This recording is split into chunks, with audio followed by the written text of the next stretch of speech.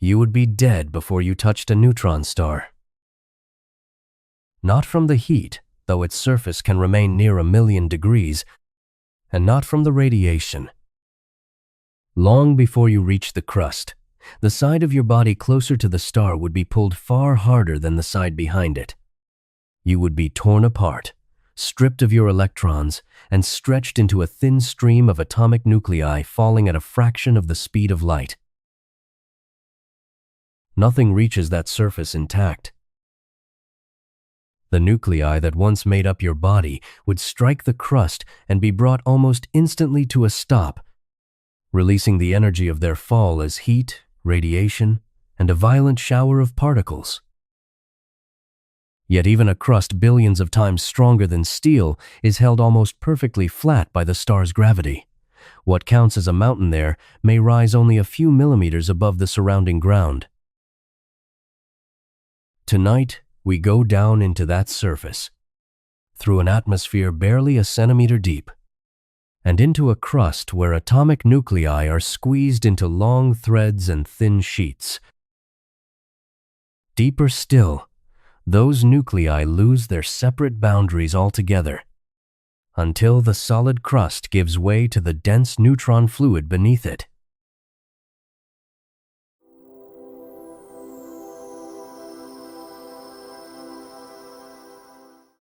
Not one star in the night sky has a surface. Not the sun, not any of the points we can pick out on a clear night, not a single one of the hundreds of billions of stars in this galaxy.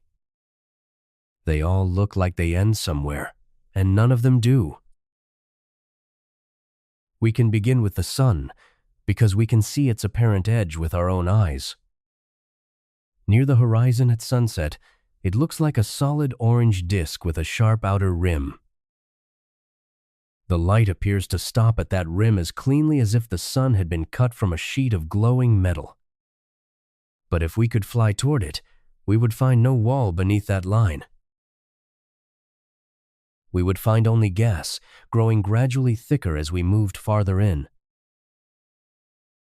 If we could fly a ship straight into that rim, we would not hit anything. There would be no contact and no impact. We would move through hot gas that gets thinner behind us and thicker in front of us, and we would keep going, and nothing would mark the crossing. The only way to know we had passed the rim would be an instrument telling us that more light was getting through than before. So, what is that rim made of? It is the layer where light stops being trapped. Astronomers call it the photosphere. It is made of the same hot gas as the rest of the outer sun, and the only thing that sets it apart is that light can leave from there. It is about 400 kilometers deep, which is roughly 250 miles, and that sounds like a lot until we compare it to the sun itself. The sun is around 860,000 miles across. The layer we see as the edge is less than 1 part in 3,000 of the width of the star. From where we stand, it looks like a hard line because it is so thin compared to everything behind it. The reason light behaves this way inside a star is simple enough to follow. Deep in the sun, the gas is packed tightly. A particle of light cannot travel far before it hits something and gets knocked in a new direction. Then it hits something else, and again, and again. Light down there does not travel straight out. It gets bounced around for a very long time. As we move toward the outside of the sun, the gas gets thinner, the space between particles gets wider, and the hits become less frequent. At a certain depth, a particle of light finally gets a clear path all the way out to space. That depth is what we see as the surface. I want to point out what that definition is actually doing. It sets the boundary of a star by using a fact about light, not a fact about the star. If we look at the sun in a different kind of light, the boundary moves. In radio waves, the sun appears measurably wider than it does in visible light because radio waves escape from a different depth. The star has not changed size. Only the place where that particular kind of light gets out has changed. We have been drawing a line around an object that does not have one, and we have been getting good science out of the habit for centuries. The same problem shows up at Jupiter, and there it bothers people more. Jupiter looks like somewhere we could land. The cloud bands are so clearly drawn that the mind puts a floor under them without being asked. There is no floor. If we dropped through the cloud tops, the atmosphere below would get warmer and denser the whole way down, and it would keep doing that, and at no point would it stop being gas and start being ground. Far down, the hydrogen gets squeezed so hard that it starts to act like a liquid metal, and even that change happens gradually across thousands of miles. A probe was sent into Jupiter in the 1990s and returned data for less than an hour before the pressure and heat destroyed it. It never reported a surface because there was none there to report. So the two largest objects near us do not have a real edge between them. The sun fades into space through a thin layer where light escapes. Jupiter gets denser and denser without ever becoming solid ground. That is the normal condition for large objects held together by their own gravity. They change gradually. They do not stop. A boundary we could stand on is not something gravity produces on its own, which makes Earth the unusual one, though it never feels that way when we are standing on it. On a beach, there is a boundary we can put a hand on. Air stops, rock begins, and the change is sharp down to the size of a single grain of sand. That sharpness exists because rock is a solid. A solid keeps its own shape instead of flowing to fill whatever space it is given. Solids give us edges. Gases and liquids give us gradual changes.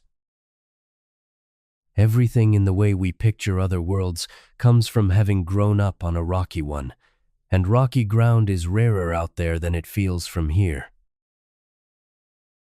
Now we can bring a neutron star into this. A neutron star is what is left after a massive star runs out of fuel and collapses. The core falls inward at a real fraction of the speed of light. What survives that fall is an object heavier than the sun packed into something about the width of a city. Everything in that description sounds like destruction. An explosion, scattered debris, a cloud that fades. A clean surface is the last thing any of us would expect to come out of it. And yet there is one. Real solid matter, with a thin skin of gas sitting on top of it. Nothing here depends on where light escapes. The change between the gas and the solid is sharper than anything we have on Earth, and a probe arriving there would stop rather than sink. Here, air thins out so slowly that we have to climb thousands of feet before our lungs notice, and traces of atmosphere reach for hundreds of miles above our heads. On a neutron star, that same thinning is finished in about 1 centimeter. If we could hold a hand above that surface and raise it by the width of a thumb, the density around our fingers would drop by an enormous factor. Lower it again and we would meet solid ground almost immediately. That compression comes from gravity, and the same rule is at work in the air above us tonight. An atmosphere is a balance between two things. Gravity pulls the gas down. Pressure from the gas underneath pushes it back up. The height where those two even out is what gives a world its column of air. Earth's gravity is weak enough that the balance settles across many miles. Neutron star gravity is roughly 200 billion times stronger, so the same balance settles across the width of a fingernail. The physics is the same, and the equation is the same. One number in it is larger by 11 orders of magnitude, and an atmosphere that should reach for miles is squeezed into a centimeter. A star, or what is left of one, with real ground. Something a probe could reach and register as contact, rather than sinking through. No other star offers that. Every ordinary star we can see tonight is a ball of gas with a boundary set by light, and the dead ones are the only members of the whole family that ended up with solid ground. Which leaves us with a question we have not answered. Stars are hot. The material inside them is fluid, moving and rising and sinking, and heat is what stops anything from staying solid. The surface of a neutron star is close to 1,000,000 degrees. Nothing we are familiar with could hold together there for a fraction of a second. So how does something that hot stay rigid? Heat is movement at the level of particles, and movement is what pulls a solid apart, and here we have an object at 1,000,000 degrees holding a crystal structure with no sign of giving way. What is holding that ground up, when every material we understand should be boiling? The answer came before anyone had seen one of these objects. Before there was a photograph, before anyone knew such a thing existed in the sky at all, two people worked it out on paper. For 30 years, almost nobody believed them, and the reason they were ignored is as interesting as the answer itself. The neutron star was invented on paper 33 years before anyone found one in the sky. No photograph, no measurement, no hint that such an object existed anywhere. Two astronomers worked out what it had to be, wrote it down in a single paragraph, and then watched almost the entire scientific community ignore it. To see how strange that is, we have to go back to what physics knew about matter in the late 1920s. Atoms had a small, heavy center and a cloud of electrons around it. The center was made of protons, which carry positive charge. That model worked well enough to explain chemistry, and it had a serious problem. The masses were wrong. A helium nucleus weighed about 4 times as much as a hydrogen nucleus, but it only carried twice the charge. Something in there had weight without charge, and nobody could say what it was. The answer came in February of 1932. James Chadwick, working in Cambridge, found a particle with about the mass of a proton and no electric charge at all. He called it the neutron. That single result closed the gap in the model of the atom, and it opened something much larger. Physicists now had a piece of matter that could be packed together without any electrical repulsion pushing it apart. Charge is what keeps ordinary matter spread out. Two protons pushed close together resist each other with enormous force. Electrons around an atom repel electrons around the next atom, and that repulsion is the reason a table holds a cup. Take the charge away and that resistance goes away with it. Neutrons can sit against each other with nothing pushing them apart. Within months of the discovery, a few physicists started asking how far that could be taken. Lev Landau had already been circling something close to this. In a paper written in 1931 and published in early 1932, he argued that a star could be crushed until its atomic nuclei sat in direct contact with one another, forming a single object that behaved like one enormous nucleus. His paper was about the mathematics of dense stars, and it did not describe a neutron star in the way we mean the term today. Historians who went back through the correspondence have been careful about this, and I think they are right to be. The idea was in the air and moving fast, and several people had a hand on it before anyone had the full shape. The full shape arrived in December of 1933 at a meeting of the American Physical Society held at Stanford. Walter Baade and Fritz Zwicky were working on a puzzle that had nothing to do with atomic physics. They were trying to explain a class of exploding stars. Some novae in the sky were far brighter than the rest, bright enough to outshine an entire galaxy for a few weeks.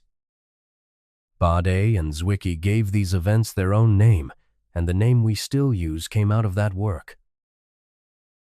Supernovae. Their problem was the energy. A supernova releases more energy in a few weeks than the sun will release over billions of years, and nothing in the ordinary life of a star accounts for that. Burning cannot do it. No chemical process comes anywhere close, and even the nuclear reactions that keep a star shining fall short by an enormous margin. Something else had to be supplying it. What they proposed was that the energy comes from collapse. When the core of a massive star can no longer hold itself up, it falls inward. Falling releases energy, the same way water falling releases energy, and if the fall is deep enough, the amount released becomes enormous. For the numbers to work, the collapse had to end with something very small and very dense. And they said what that something was. A star made of neutrons packed against each other, with a very small radius and a density beyond anything else in the universe. They had the neutron for less than 2 years, and they used it to predict an entire class of object. The prediction was correct in almost every part. Supernovae come from collapse. The collapse leaves a neutron star behind. The energy released by the fall is what lights up the explosion. Every one of those has since been confirmed. They went further still and suggested that the same explosions are a source of cosmic rays, the fast particles that arrive at Earth from deep space, and that idea also held up. For a paragraph written by 2 people with almost no data, the accuracy is remarkable. And for the next 3 decades, almost nobody built on it. The reason has less to do with stubbornness than with a practical problem. The object they described was too small to see. An ordinary star is close to 1 million miles across. This thing would be about 12 miles across. At any distance an astronomer would care about, an object that size gives off so little light that no telescope of the era could pick it out. Astronomers work from observations. A prediction that could never be checked was, from their point of view, a curiosity rather than a program of research. The reasoning was sound at the time. Nobody in the 1930s had any way of guessing that these objects would eventually announce themselves in radio waves rather than visible light, which is the only reason we found them at all. There is another factor, and it is more human. Fritz Zwicky was difficult. He argued with colleagues, dismissed their work in blunt terms, and made enemies across the field with a consistency that is almost impressive. Ideas travel through people, and a person nobody wants to work with slows the travel of everything he touches. Some of his other proposals from the same period sat unexamined for just as long, including his argument that most of the mass in galaxy clusters is invisible. That one waited about 40 years before the field took it seriously, and today we call it dark matter. So the idea sat. A few theorists kept working on it anyway, mostly because the mathematics was interesting, rather than because anyone expected a discovery. Robert Oppenheimer and George Volkoff produced a mathematical description of what such a star would look like in 1939, and Richard Tolman worked on the same equations independently. That work is still in use. But it stayed theory, quietly, with no data attached to it. Whole careers came and went in astronomy without anyone needing to think about neutron stars once. The break came in 1967, from an experiment built for something else entirely. Jocelyn Bell Burnell was working with a radio telescope in Cambridge, going through paper charts by hand, and she noticed a signal that repeated with extraordinary regularity. A pulse roughly every 1 1/3 seconds, holding its timing better than a good clock. Nothing known could do that. A regular pulse means something spinning or vibrating, and to spin that fast without tearing apart, an object has to be small and it has to be dense. The signal was so clean that the team spent weeks checking whether it came from equipment, from a passing vehicle, or from another civilization, and they labeled the first source with a joking reference to little green men while they worked through the possibilities. Then a second source appeared in a different part of the sky, and a third, and the idea of a signal from anyone faded. The numbers landed exactly where the prediction had left them. An object about the width of a city, holding more mass than the sun, spinning. 33 years after 2 people wrote it down, the sky produced one. I keep thinking about what that paragraph from 1934 actually contained, and what it did not. It said what a neutron star is made of. It said where one comes from. It got the size roughly right and the density roughly right. What it never explained is the thing we are chasing. Why the object stops collapsing.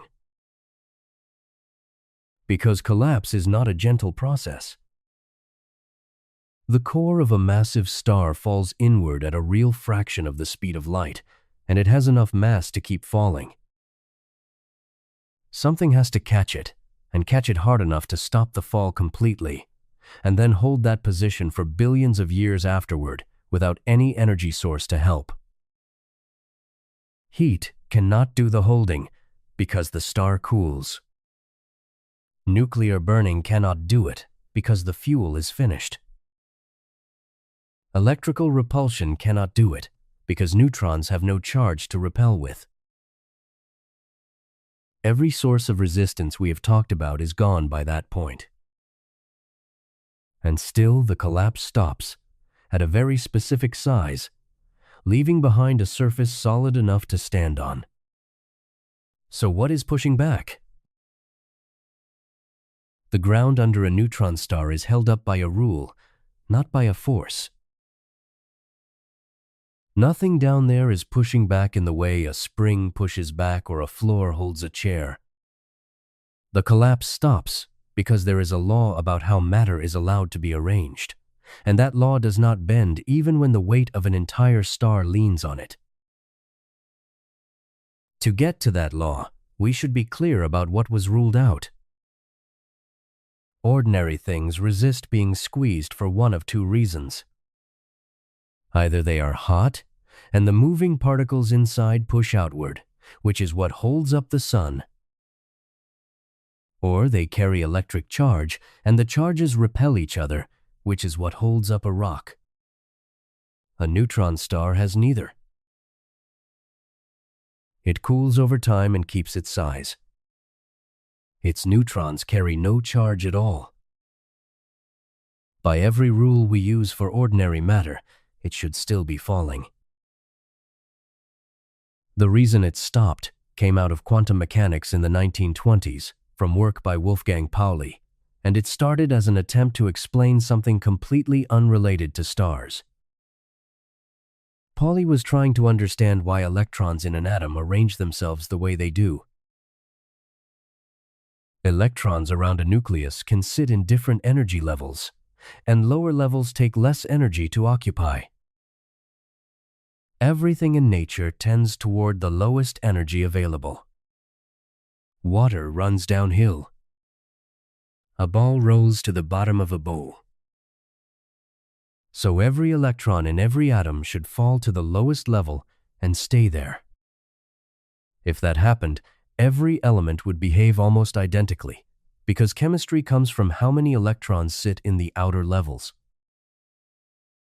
There would be no periodic table, no carbon behaving differently from oxygen, no chemistry at all. What Pauli found is that electrons refuse to share. Two of them cannot occupy the same state at the same time. Once a state is taken, the next electron has to go somewhere else, into a higher level, whether it wants to or not. That single restriction builds the entire structure of the periodic table. It fills the shells one at a time and gives every element its own behavior. The rule that stops two particles from sharing a state is the reason matter has structure. It is why atoms have size instead of collapsing into a point. It is why the chair holds you and why your own body holds its shape. Every solid object any of us has ever touched exists because of a restriction on how particles may be arranged. And neutrons obey the same restriction. They belong to the same family of particles as electrons, and the rule applies to them without modification. That is what stops the collapse. Follow what happens as the core falls. The neutrons get pushed closer together, and the space available to each one shrinks. In quantum mechanics, a particle confined to a smaller space has to move faster. That connection between confinement and speed is one of the oldest results in the field, and it holds regardless of temperature. Squeeze harder and the neutrons are forced into higher and higher speeds because all the slow states are already occupied and none of them can be shared. Fast-moving particles striking a boundary create pressure. That pressure is what catches the star. The fall stops within seconds, and the object settles at a size where the pressure and the gravity balance exactly. From that point on, nothing needs to be maintained. No fuel is consumed and no heat is required. The balance holds because the rule holds. The part that took me longest to accept is that this pressure has nothing to do with heat. Cool the object to almost nothing and the pressure stays exactly where it was. The neutrons are not moving fast because they are hot.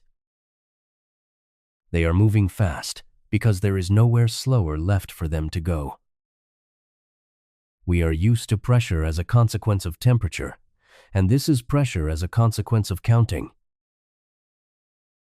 Physicists call it degeneracy pressure, and we had seen it work before. White dwarf stars, the remains of smaller stars like the Sun, are held up by the same rule acting on electrons rather than neutrons. Subramanian Chandrasekhar worked out in the early 1930s that electron degeneracy pressure has a ceiling at about 1.4 times the mass of the Sun. Above that, electrons cannot hold the weight, and the star keeps falling. When Bade and Zwicky proposed a star made of neutrons, they were describing what waits below that ceiling. Neutrons hold better than electrons, for a reason that comes straight from their mass. A neutron is about 1,800 times heavier than an electron. Heavier particles can be packed much closer before their speeds climb to the point where the pressure runs out. So the neutron version of the same rule supports far more weight in a far smaller volume. A white dwarf holding one solar mass is roughly the size of Earth. A neutron star holding twice that is about 12 miles across. But neutron degeneracy has a ceiling too, and the reason is the part of this I find most striking. In everyday physics, gravity responds to mass. In general relativity, gravity responds to energy in every form, and pressure is a form of energy. Pressure itself gravitates. So when the neutrons push back harder against the collapse, that increased pressure adds its own contribution to the gravitational field trying to crush them. The resistance feeds the thing it is resisting. The shape of that is unlike anything in our experience. In every situation we deal with on Earth, pushing back harder helps. Here, past a certain point, pushing back harder makes the problem worse. There is a mass beyond which no amount of resistance can win, because every additional unit of resistance strengthens the gravity it is fighting. The collapse becomes something that cannot be stopped by any material at all, and what forms is a black hole. That ceiling is called the Tolman-Oppenheimer-Volkoff limit, after the three physicists who first worked through the equations before the Second World War. Their original number was too low, because nobody yet understood how neutrons interact at close range. The modern value sits somewhere around 2.2 to 2.3 times the mass of the Sun, and I want to be plain that the exact figure is still open. It depends on how stiff neutron matter behaves at densities we cannot produce in any laboratory, and that is one of the live questions in physics. What we do have is measurement, and it comes from an effect that takes a moment to describe. When a pulsar orbits behind a companion star, its radio pulses have to pass through the companion's gravitational field, and that field delays them by a measurable amount. The size of the delay gives the companion's mass, and the orbit gives the pulsars. Using that method, one pulsar has been weighed at about 2.08 times the mass of the Sun, with an uncertainty of a few percent.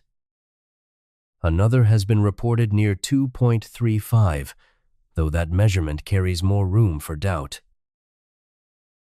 Either way, real objects are sitting close to the theoretical edge.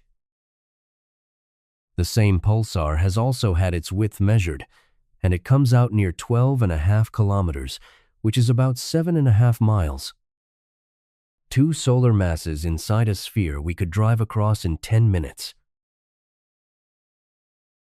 A neutron star is a place where the same rule that separates electrons in your body is doing structural work at a scale nobody designed it for. The restriction that gives oxygen its chemistry is the restriction holding up a floor heavier than the Sun. Nothing about the rule changes between those two cases. Only the number of particles obeying it and the amount of gravity trying to make them break it. We did not discover this law by studying stars. We discovered it by asking why the periodic table has the shape it has, and the answer governs objects nobody had seen yet. So the collapse stops, and there is a surface, and we know why it is there. That still leaves the question of what is sitting directly above it. Every object with a surface and enough gravity holds a layer of gas on top, and a neutron star is no exception. It has an atmosphere. That atmosphere is where all our information about these objects comes from, and it is thin enough that you could hide it under a coin. Everything we know about the surface of a neutron star reaches us through a layer of gas about 1 centimeter thick. Not the crust, not the interior, not the 12 miles of dense matter underneath.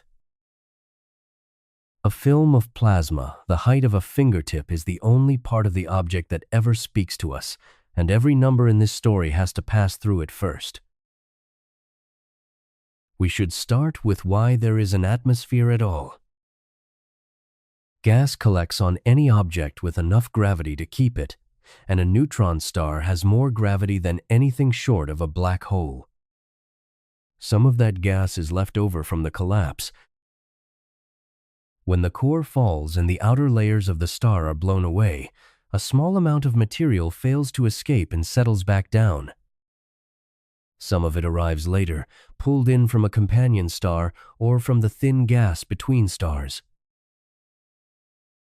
The amount involved is almost nothing by the standards of the object holding it, perhaps a few grams over every square centimeter of surface. Spread that across the whole star and the entire atmosphere weighs about as much as a small building. Around it sits more mass than the sun. That tiny amount spreads into a layer, and the height of that layer follows a rule we can write down without much difficulty. Gas pushes outward with a strength set by its temperature. Gravity pulls it down with a strength set by the mass of the object and how close the gas is to it. The height where those balance is called the scale height, and it is the distance over which the density falls by a set factor as you climb. On Earth, the scale height is about 5 miles, which is why the air on a mountain summit feels noticeably thinner. Now change one number. Neutron star gravity is roughly 200 billion times Earth's, and the scale height drops in direct proportion. 5 miles becomes something close to a millimeter. The full atmosphere, from the surface up to where the gas becomes too thin to matter, stands about a centimeter tall. A person could not walk through it. A person could not lie down in it. The entire weather system of that world would fit under a coin lying flat on a table. And the temperature makes it stranger. That 1 centimeter of gas sits at roughly 1,000,000 degrees. Nothing in it is a molecule, and nothing in it is even a complete atom. The heat strips electrons away from nuclei, so the layer is a plasma, with bare nuclei and free electrons moving separately. The hottest and most violent layer of gas anywhere in the ordinary universe is also the shortest. What that gas is made of has a clean answer, and the reason is one I find satisfying. On Earth, heavy gases settle slowly toward the ground, and light ones drift up, and the process takes a very long time because gravity is weak. On a neutron star, that same sorting happens almost instantly. Anything heavy sinks out of sight within seconds. Whatever is lightest ends up on top, pure and alone. If any hydrogen is present at all, the outer layer becomes hydrogen and nothing else. If the hydrogen has been burned away, helium takes its place.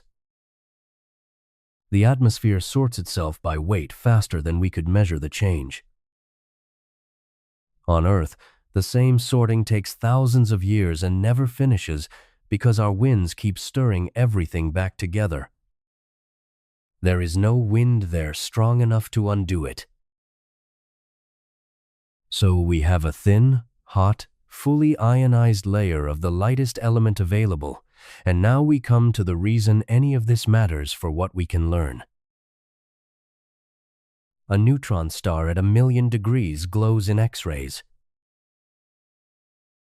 Those X-rays are produced in the crust and pass out through the atmosphere on their way to us, and the atmosphere changes them on the way through. Different wavelengths are absorbed and re-emitted by different amounts, depending on what the gas is made of and how hot it is. What arrives at a telescope is not a clean record of the surface. It is a record of the surface after a centimeter of plasma has had its say. Getting from that signal back to a real measurement takes a model, and this is where the whole chain of knowledge gets delicate. To find the size of a neutron star, we compare how bright it appears with how hot the surface is, because a bigger surface at the same temperature sends out more light. The temperature comes from the shape of the X-ray spectrum. But the shape of that spectrum has already been rearranged by the atmosphere. To read the temperature correctly, we have to know how the atmosphere altered the light, and to know that, we have to assume what the atmosphere is made of. Assume hydrogen and get one temperature. Assume helium and get another. The difference is not small. Choosing the wrong composition can change the calculated radius by several kilometers, which is a large fraction of the whole object. That radius then feeds into the question of how neutron matter behaves under pressure, which is one of the open problems in physics. I keep returning to the shape of that dependency. We are trying to understand the densest matter in the universe, sealed inside a body we can never visit, and the entire measurement rests on how well we model 1 centimeter of hot hydrogen. The thinnest, least substantial part of the object is the part everything else depends on. Nothing about that arrangement is comfortable, and the people doing the work say so openly. There is a case where the assumption was tested and came back different from expectation. The remains of a supernova called Cassiopeia A hold a young neutron star, one born only a few hundred years ago as we see it. Its X-ray spectrum did not fit a hydrogen atmosphere and did not fit helium either. The model that worked was carbon. If that reading is right, the light gases on that particular star were burned away, and we are looking at a layer of carbon plasma about 10 centimeters deep. The carbon interpretation is not settled, and other explanations have been offered, so this belongs in the column of things we think rather than things we know. A strong field changes how the gas absorbs light, because it changes how electrons are allowed to move. For most neutron stars, the field is strong enough that atmosphere models have to include it, and the models get harder to build with every layer of physics added. Astronomers have got radius measurements out of these objects anyway, by finding methods that do not depend so heavily on the atmosphere, and by cross-checking results from completely different techniques. When a measurement from X-ray light agrees with a measurement from gravitational waves, made from an entirely separate event with entirely separate assumptions, the agreement means something real. That is how confidence gets built in a field where nobody can go and look. No single measurement carries the weight. The agreement between independent methods carries it. Something else about that layer stays with me. It is the last place in this entire story where matter still behaves in a way we would recognize. The atoms are broken open, and the temperature is beyond anything on Earth, and the layer is absurdly thin. But it is still a gas. Particles move around and bounce off each other. Pressure works the way pressure works, and the equations describing it are the same ones used for the air in this room. Everything below that centimeter stops being familiar in any way at all. Which brings us to what that surface would do to something arriving from above. A neutron star's atmosphere is not an obstacle. Anything falling toward the crust passes through the whole centimeter of it in far less than the blink of an eye. Nothing slows down and nothing burns up on entry, because there is not enough gas in the way to matter. The fall continues at full speed all the way to solid ground. And the speed at the bottom of that fall is the number that ends any thought of standing there.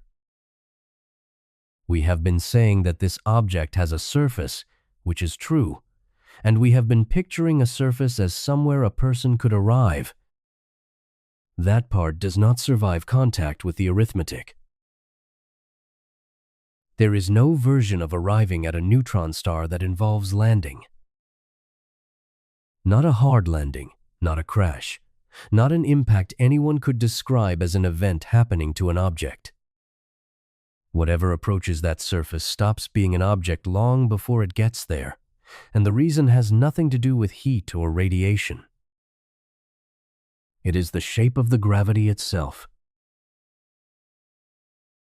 Start with the plane number. Gravity at the surface of a neutron star runs around 200 billion times what we feel here.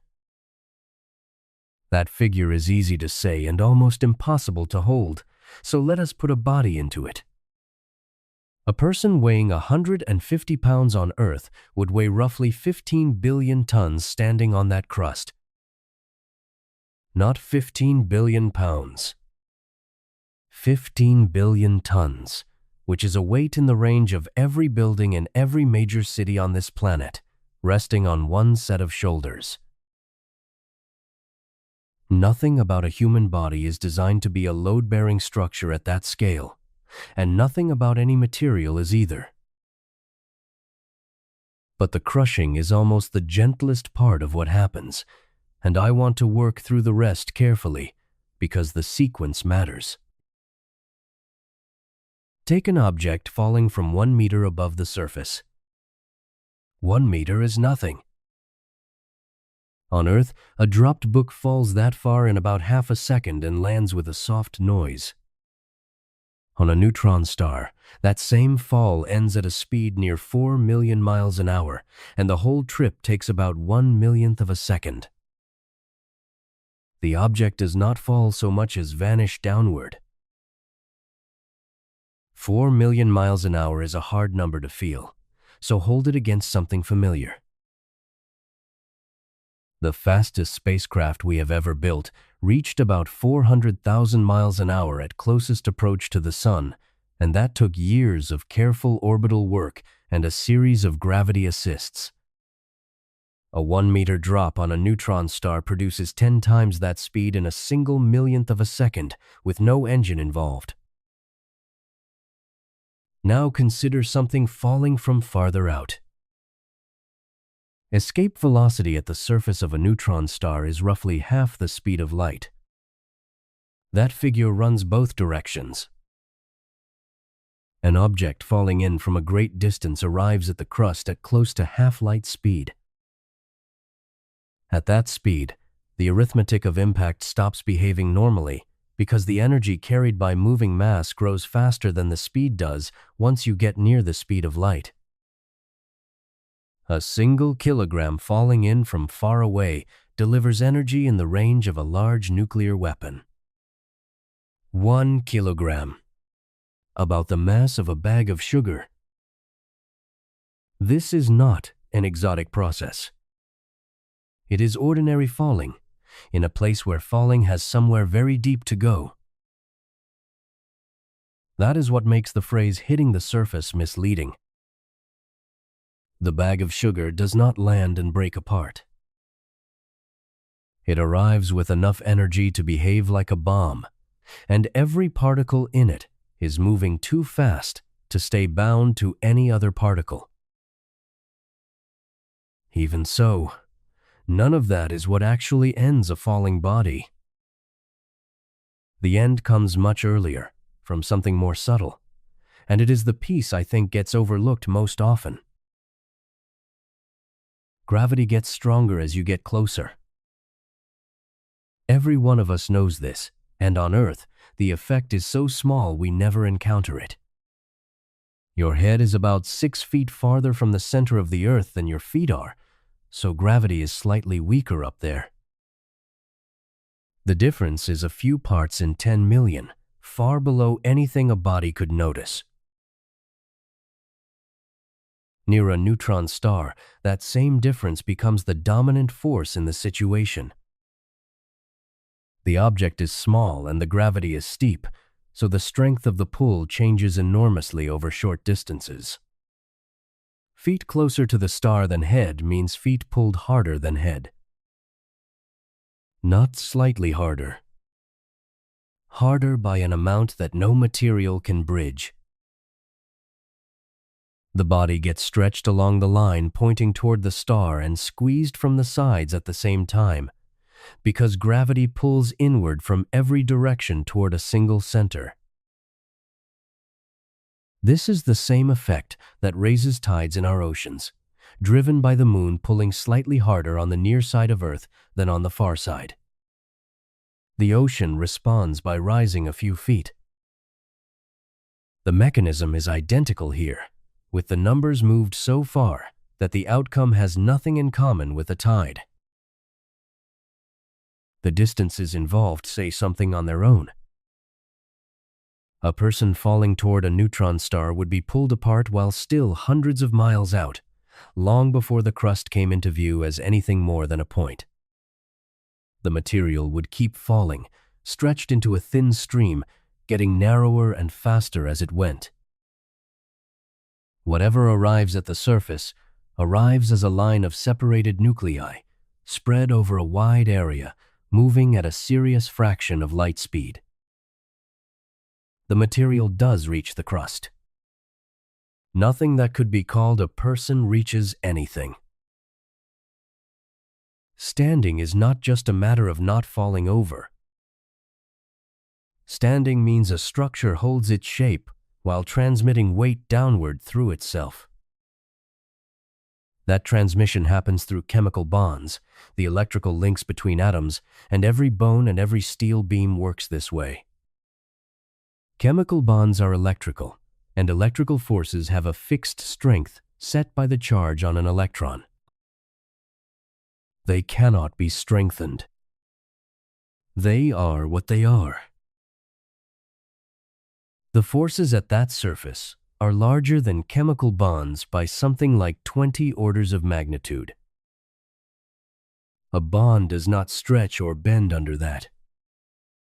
It stops being relevant, in the way a paper wall stops being relevant to a moving train. Once bonds no longer hold, there is no such thing as a structure, and once there is no structure, nothing can stand on anything. The word loses its meaning before the body loses its shape. We talk about the surface as ground because we have no other word for solid matter under a layer of gas. Ground is a thing you walk on, and no part of that definition survives here. And there is one more layer, which involves time. Gravity that strong slows the passage of time relative to distant observers, and the effect is not marginal. A clock resting on the surface of a neutron star runs perhaps 20 to 30% slower than a clock far away. For every 4 seconds counted out here, roughly 3 pass down there.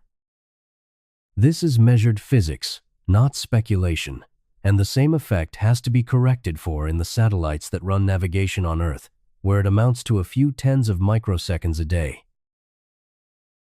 Left uncorrected, that small effect would push navigation errors out by miles within a single day. The version at a neutron star is the same equation with the numbers pushed. Light climbing away from that surface loses energy on the way out, so it reaches us reddened, shifted toward longer wavelengths. That shift is one of the ways we can weigh the object from a distance, because the amount of reddening depends on the mass and the radius together. A place where nothing can arrive intact still tells us its own dimensions through the color of the light leaving it. What stays with me about all of this is how quiet the physics is. There is no violence in the equations. Gravity behaves exactly as it does in a stairwell, following the same rule Isaac Newton wrote down and Albert Einstein refined, with no new terms and no special cases. The only thing that changed is how much mass is packed into how little space. Everything we would call catastrophic there is ordinary physics carried to a place where our vocabulary stops working.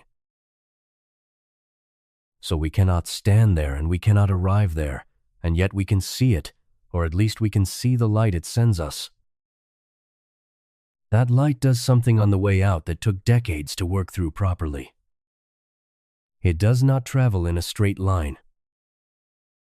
Gravity that strong bends the path of light so severely that parts of the surface facing away from us still manage to send their light in our direction. We see around the object, past the horizon of the sphere, to territory that should be hidden. A neutron star shows you more than half of itself at once. Every solid sphere you have ever seen hides its far side.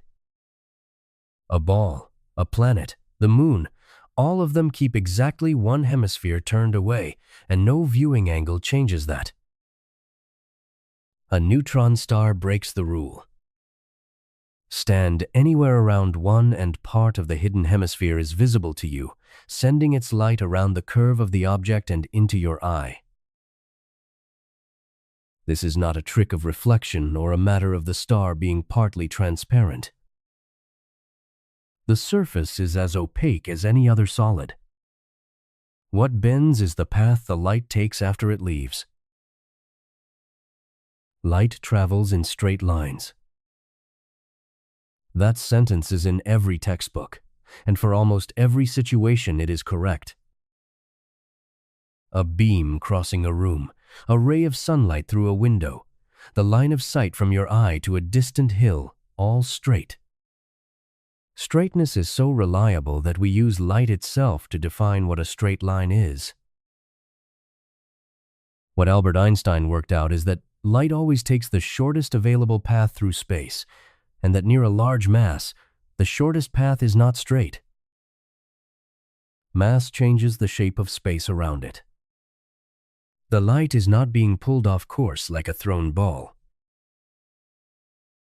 It is following the straightest line available, through a space that has itself been curved.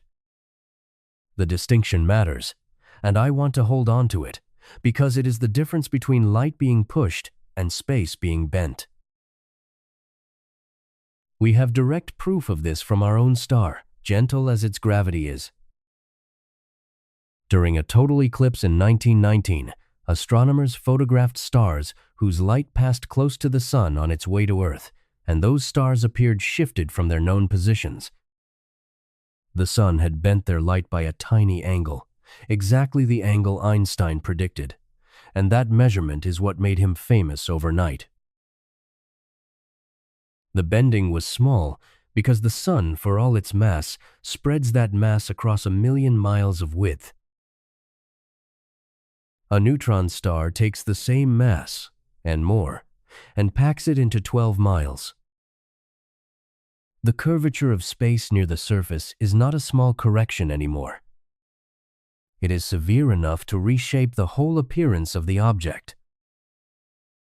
Light leaving the far side, which on any normal sphere would head away from us forever, instead follows the curved space around the body and arrives at our telescopes. The part I find remarkable took the field real effort to model correctly.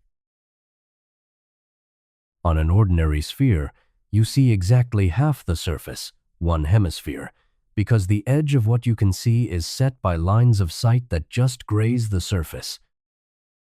On a neutron star, those grazing lines are bent inward, so they wrap partway around the object before leaving. The edge of the visible region moves past the halfway line and onto the far side. Depending on how compact the particular star is, an observer can see something like 3/4 of the total surface, and for the most extreme cases, even more. Think about what this does to the idea of a horizon. On Earth, the horizon is the line where the surface curves away below your sight. It exists because light travels straight and the ground bends down beneath it. On a neutron star, the ground still curves away, but the light curves with it, following the surface around for a while before escaping. The horizon retreats. Places that should be hidden below the curve stay in view because their light bends up and over to reach you. This is not a curiosity we admire and set aside. It has become one of the most powerful tools we have for measuring these objects, and the reason is elegant. The amount of extra surface you can see depends directly on how compact the star is, on the ratio between its mass and its radius. A denser, smaller star bends light more and reveals more of its far side. A larger, less compact star bends light less and hides more. So, the degree of the bending is a readout of the very quantity we most want to know.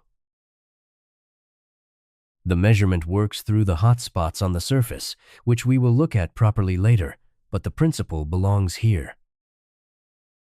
A neutron star usually has a couple of regions hotter than the rest, and as the star spins, those bright regions rotate into view and out again.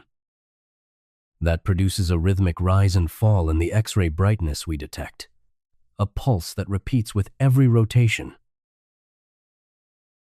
On a sphere with no light bending, that pulse would have a particular shape, dropping to nothing when a hot spot swung around to the far side.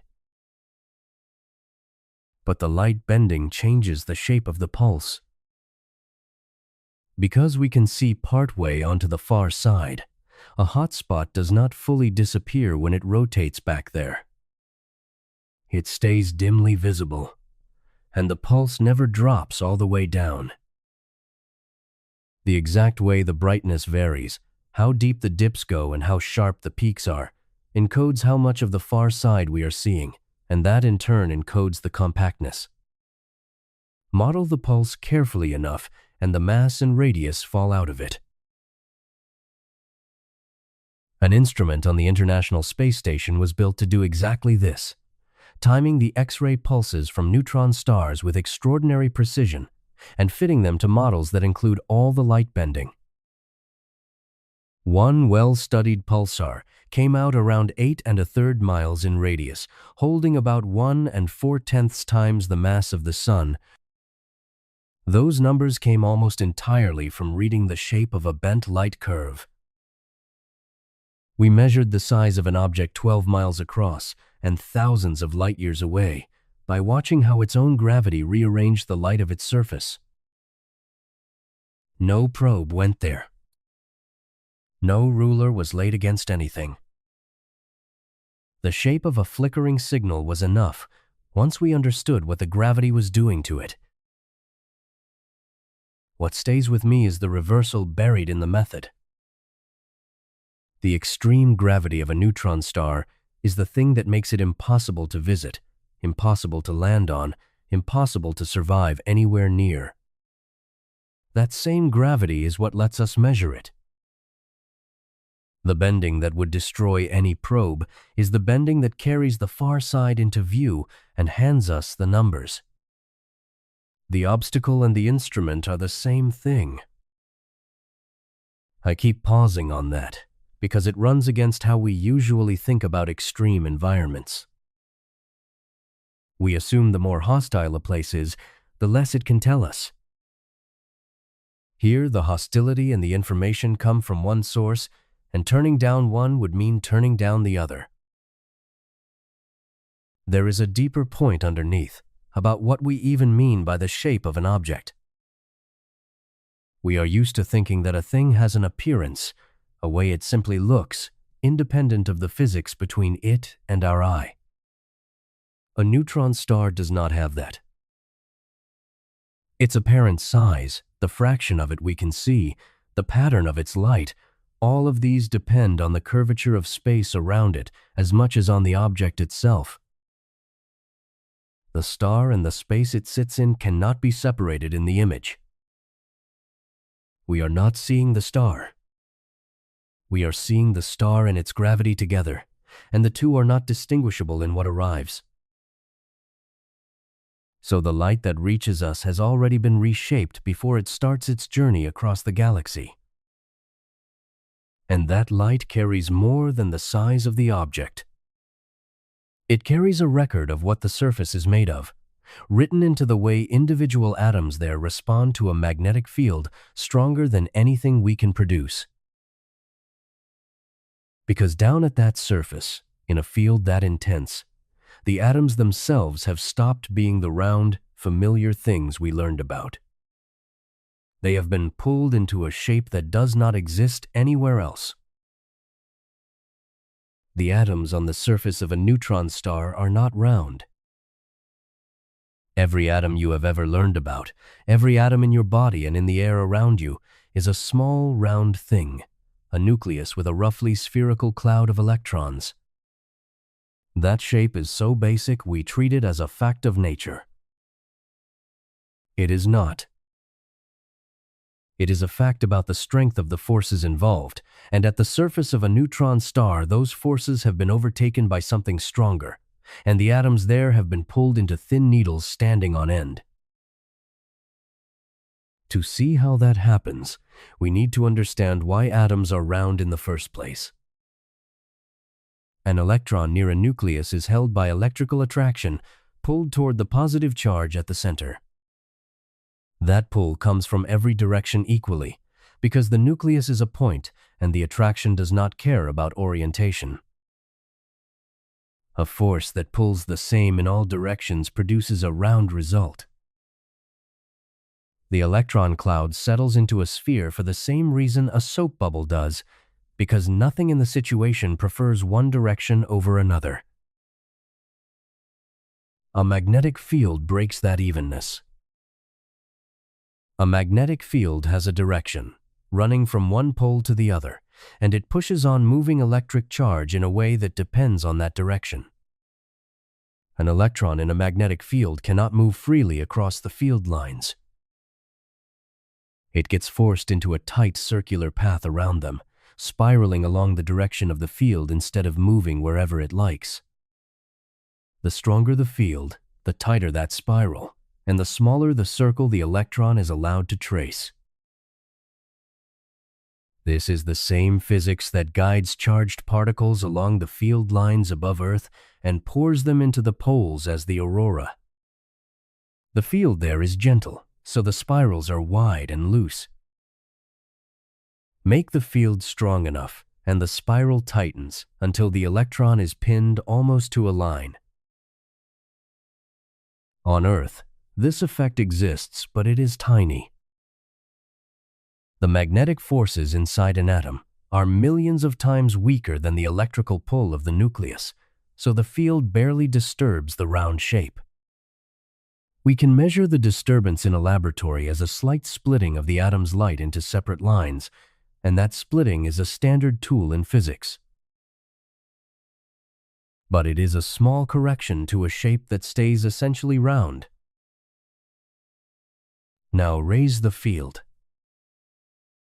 A neutron star's surface field runs to around 1 trillion Gauss, which is a 1 followed by 12 zeros in the units physicists use. To put that beside something we know, the magnetic field of the Earth, the one that turns a compass needle, is about half a Gauss. The strongest steady magnetic field ever produced in a laboratory is around 1 million Gauss, and building it was a serious achievement. The neutron star surface beats that by a factor of 1 million, and the most magnetized ones, the magnetars, go 1,000 times further still. These are the strongest magnetic fields known to exist anywhere in the universe. Nothing we have found beats them. At that strength, the balance of forces inside the atom flips. The magnetic grip on the electrons becomes comparable to the electrical pull of the nucleus, and then exceeds it in the sideways direction. Across the field lines, the electrons are held far more tightly by the magnetism than by the nucleus. Along the field lines, they are still held mostly by the nucleus, and they can stretch out in that one permitted direction. The round cloud gets squeezed hard from the sides and allowed to extend along the field, and the atom becomes a thin cylinder, far longer than it is wide. The numbers on that shape are hard to believe even after working through them. A hydrogen atom in a field this strong is compressed sideways to a small fraction of its normal width, while keeping close to its normal length along the field. The result is a needle, narrow and elongated, standing along the magnetic field lines. And these needles are not loosely bound. The same field that thins them also binds their electrons far more tightly than usual, so an atom on a neutron star surface holds its electrons with several times the energy it would take on Earth. That tighter binding has a consequence I did not expect the first time I read it, and it turns the usual picture of that surface upside down. We tend to assume that a place at 1,000,000 degrees would tear every atom apart, leaving nothing but bare nuclei and free electrons.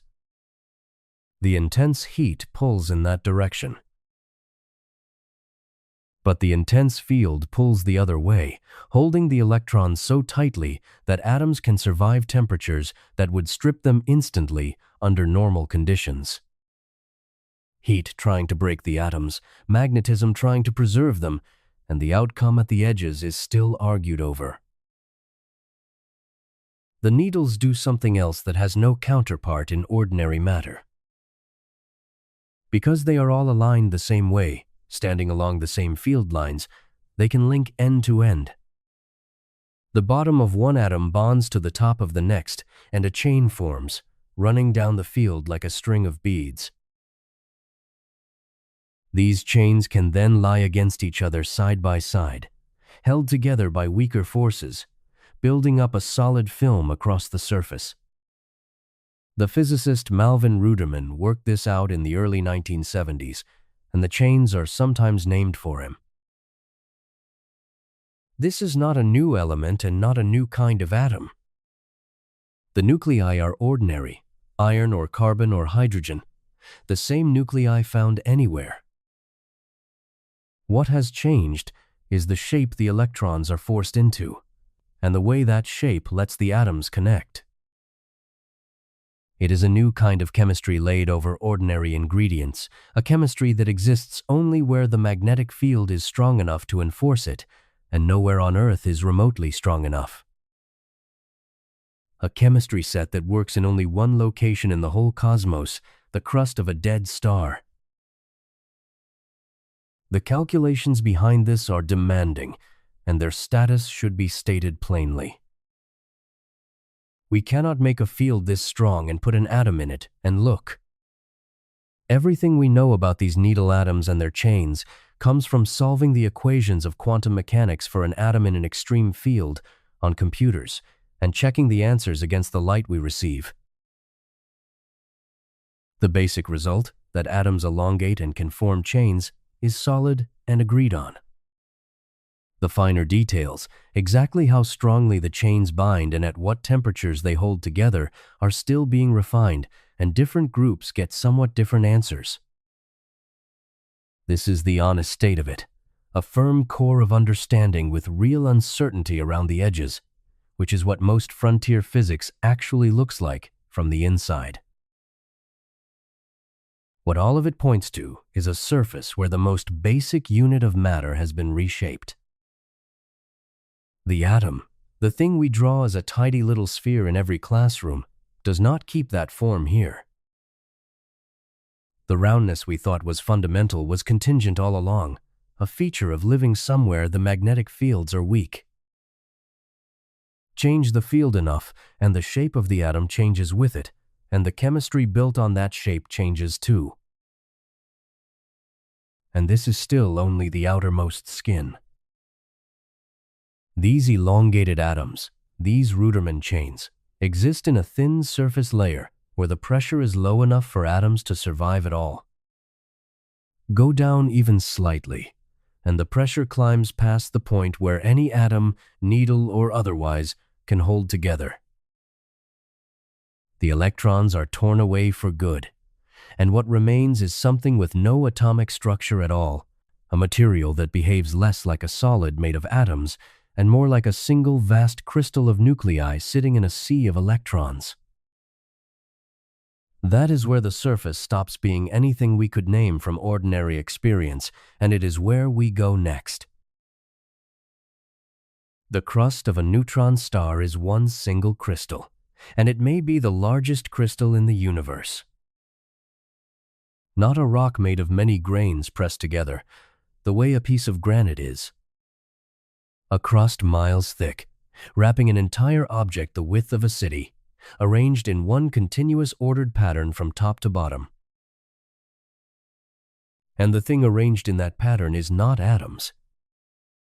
It is bare atomic nuclei, stripped of their electrons, locked into a lattice by pressure. To reach that arrangement, we should follow the material down from the needle atoms we just left. At the very top, in that thin surface skin, atoms still exist, elongated and chained by the magnetic field. Press down a little and the pressure rises fast, because the gravity is so strong that even a shallow depth adds enormous weight from above. Within a few meters, the pressure passes the point where atoms can hold on to their electrons at all.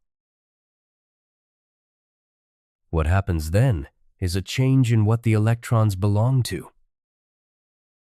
In an ordinary atom, each electron is bound to its own nucleus, circling that one center. Squeeze the atoms close enough together and the electrons stop belonging to any single nucleus. They come loose and move freely through the whole material, shared among all the nuclei at once, in a way no single atom can claim them. The nuclei are left as bare positive charges, and the electrons become a common sea flowing around them. An ordinary metal already works this way, in a milder form. In a piece of copper, the outer electrons are not tied to individual atoms. They roam through the whole piece, and that shared sea of electrons is exactly why metals conduct electricity and heat so well. A neutron star crust is that same arrangement pushed to an extreme, with every electron freed and the nuclei packed far tighter than any metal on Earth. Those free electrons do something structural, and it is the same thing that held up the whole star. They cannot share quantum states, by the same rule we met earlier, so squeezing them forces them to higher and higher speeds, and their pressure pushes back against gravity. In the crust, that electron degeneracy pressure is part of what holds the layer up. The rule that keeps the whole object from collapsing is also doing local work here, near the surface, holding the crust rigid. Meanwhile, the nuclei arrange themselves. Positive charges repel each other, and a set of positive charges sitting in a uniform sea of electrons will settle into the arrangement that keeps them as far apart as possible. That arrangement is a regular repeating lattice, the same reason salt and diamond and metal form crystals. Every nucleus takes its place in an ordered grid, spaced evenly from its neighbors, and the pattern repeats without a break. The result is a crystal, but a crystal of nuclei rather than atoms, held in a fluid of electrons rather than empty space. The spacing between those nuclei is thousands of times smaller than the spacing between atoms in any solid we know. Everything has been pulled in tight, and the emptiness that fills ordinary matter has been squeezed out. The composition at the top has a specific answer, and the reason behind it is one I like. The outermost crust is expected to be mostly iron. Not by accident, and not because stars are especially full of iron, but because iron is where nuclear burning ends. Every star fuses light elements into heavier ones and releases energy doing it, and that release continues right up until the nucleus being built is iron. Iron is the most tightly bound nucleus there is, the bottom of the energy valley, and fusing it further would cost energy rather than release it. So the ash left at the end of a star's life is iron, and the surface of the crust settles there. Go deeper into the crust, and the picture shifts in a direction that took physicists by surprise. As the pressure climbs, the nuclei are forced to hold more and more neutrons. On Earth, a nucleus with too many neutrons is unstable, and it sheds them quickly by radioactive decay. In the crust, that escape route closes. The electron sea is so densely packed that there is no empty state for a decay product to move into, so the decay simply cannot proceed.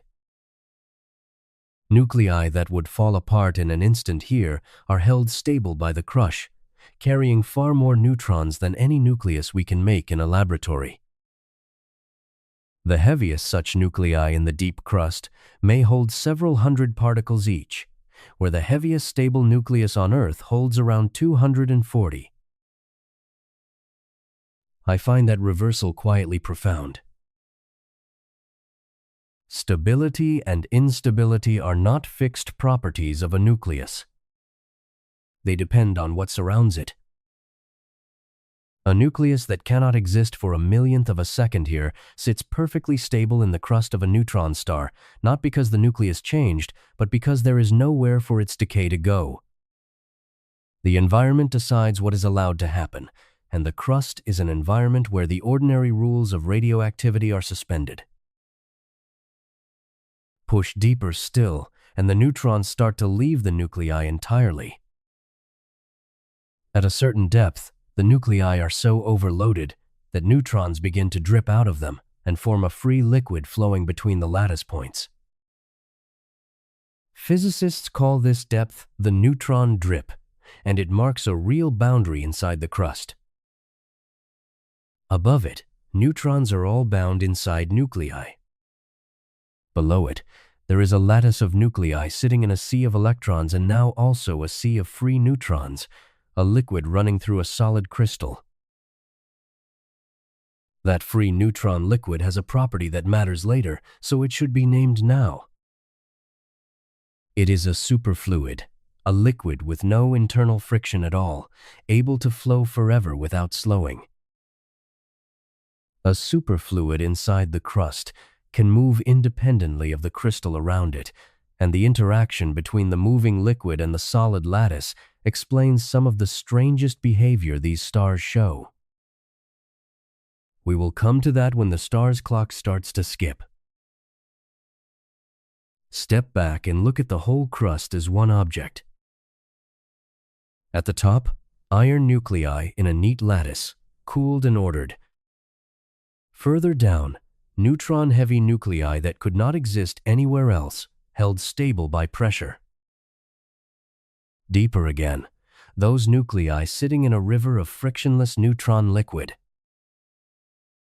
And through all of it, from top to bottom, a single continuous crystal lattice, unbroken across miles, the largest ordered structure we know of anywhere. One feature of the crust unsettles the intuition more than any other. We usually think of extreme environments as chaotic, as places where order breaks down. The inside of a neutron star should be the least ordered place imaginable, matter crushed past every limit we understand. Instead, the crushing produces order. The pressure that destroys atoms builds a perfect crystal out of their remains, more regular and more precisely arranged than almost anything on Earth. Force applied hard enough does not always make a mess. Sometimes it makes a pattern, and here it makes the most exact pattern we have ever found. There is a lesson in that about the word extreme, which we tend to treat as a synonym for disorder, when the two have nothing necessarily to do with each other. And a pattern this regular, held under this much pressure, has a strength that follows from its order. A perfect crystal with no flaws in it is far harder to break than any real material we handle, because breaking normally starts at a flaw, and here there are almost none. The crust of a neutron star may be the strongest solid that exists. How strong it is, and how anyone could measure the strength of something no instrument will ever touch, is where we turn next.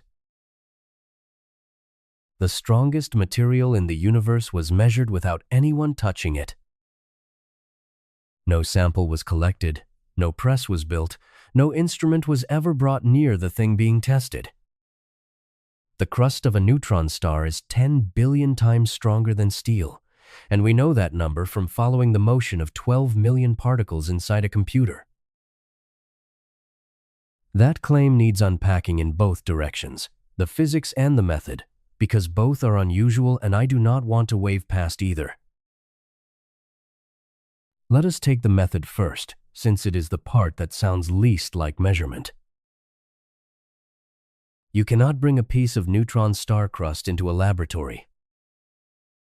A fragment small enough to hold in a closed hand would weigh in the range of 100 million tons, and it would not hold together for an instant away from the crushing gravity that made it. Remove the pressure and the whole arrangement flies apart, because the crust only exists as a solid while it is being squeezed. So the real object is permanently out of reach. There is no version of this experiment that involves a real sample. What can be done instead is to simulate it with care. The forces between the nuclei in the crust are known, because they follow from the electric charge on each nucleus and the sea of electrons around them, and those are physics we understand well.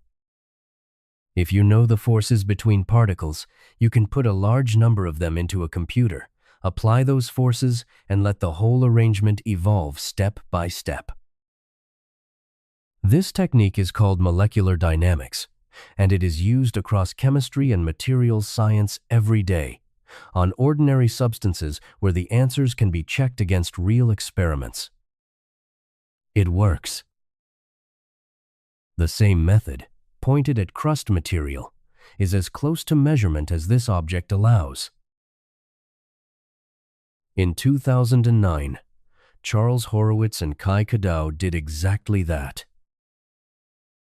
They built a virtual block of crust, 12 million nuclei arranged in their lattice, and then they pushed on it. They deformed the block steadily and watched, tracking every particle to see how far it would bend before it broke and how much force that took. The number that came out is what we mean when we say the crust is 10 billion times stronger than steel. The result was published in a physics journal in the spring of that year, and it has been built on ever since. Now the physics, because the size of that number is not a small exaggeration and it deserves a real explanation. The question is why anything should be that much stronger than steel, and the answer overturns something we quietly assume about strength. We tend to think a material breaks when the force on it exceeds the strength of its bonds. Pull hard enough to snap the links between atoms, and the thing comes apart. If that were the whole story, then since the crust's bonds are enormously strong, the crust would be enormously strong, and we could stop there. But that is not actually how real materials break, and the difference is the heart of this. Steel does not fail because you overcome all its bonds at once. It fails because it is full of flaws. Every real piece of metal contains tiny gaps, missing atoms, boundaries between crystal grains, microscopic cracks left over from how it was made. When you put the metal under stress, the force concentrates at the tip of one of those flaws, and the flaw begins to grow. A crack spreads from a weak point, running through the material, and the whole piece breaks along a path that the flaws laid out in advance. Steel is not limited by the strength of its bonds. It is limited by the flaws it cannot avoid having. The strength of ordinary materials is set less by how strong their bonds are and more by how many defects they carry. Improve the bonds and you gain a little. Remove the defects and you gain everything. A material with no flaws at all would be stronger than any real material by an enormous margin, not because its bonds are special, but because there would be no weak point for a crack to start from. And that is precisely what the crust is. The simulations showed why. Under the crushing pressure inside a neutron star, flaws cannot survive. A gap, or a void, or a dislocation, the very things that weaken steel, get squeezed shut immediately by the pressure around it. There is nowhere for a crack to open, because opening a crack means making empty space, and the pressure will not allow empty space to exist. The crust is a crystal with essentially no defects, held flawless by the same force that would destroy anything else. The way it breaks reflects that. A normal material breaks locally, a crack opening at one point and running outward. The simulated crust does not break that way at all. With no flaw to concentrate the stress, the whole block resists as a single unit, straining further and further until it fails everywhere at once when the deformation finally becomes too much. Not a crack spreading from a weak point, but a collective failure across the entire structure at the same instant. The reversal in that is the deep point here. The pressure inside a neutron star is the most destructive force we can point to, capable of crushing atoms out of existence. That same force is what makes the crust indestructible by refusing to let any weakness form. Destruction and strength turn out to be the same process seen from two sides. The thing strong enough to erase all structure is also strong enough to make the one flawless structure that nothing can break. Now for the honest limits. The 10 billion figure comes from a simulation, resting on our understanding of the forces involved. It is held up well. Later work has refined the details and mostly confirmed the picture, and the breaking point is now usually quoted as a strain of about 1/10, meaning the crust can be deformed by roughly 10% before it gives. That is an extraordinary amount for a solid. Steel gives way after stretching a small fraction of 1%. The crust can be bent 100 times further than that before it breaks, and it does so at a strength no alloy approaches. But it remains a result from computers checked against the sky rather than against a sample in hand, and the people who produced it say so plainly. What makes it more than a guess is that the same simulations feed predictions we can test. The strength of the crust sets how large a bump it can hold before gravity flattens it, and that bump determines whether the star radiates gravitational waves as it spins. So the number is not sitting alone.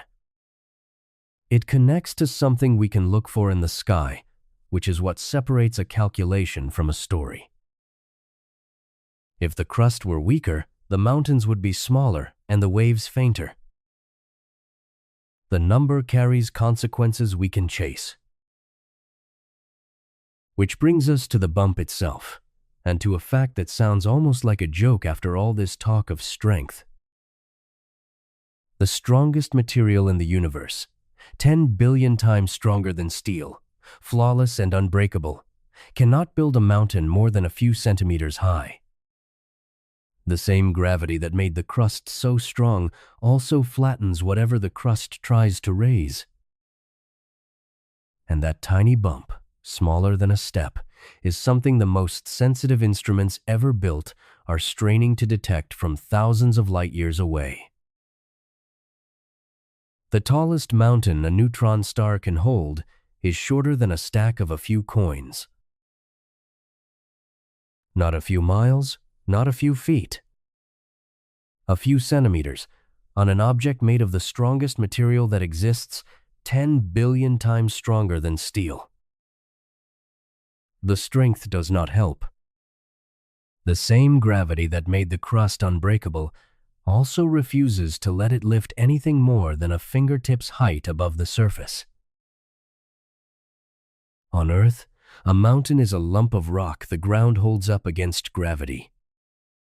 Its height is a contest between two things: the strength of the rock, trying to hold the shape up, and the weight of the rock, trying to pull it down and spread it out. On Earth, rock is strong and gravity is mild, so that contest can run to about 5.5 miles before the rock at the base starts to flow under the load. That is roughly where Everest sits, near the practical ceiling for a mountain on a planet like ours. Now run the same contest on a neutron star.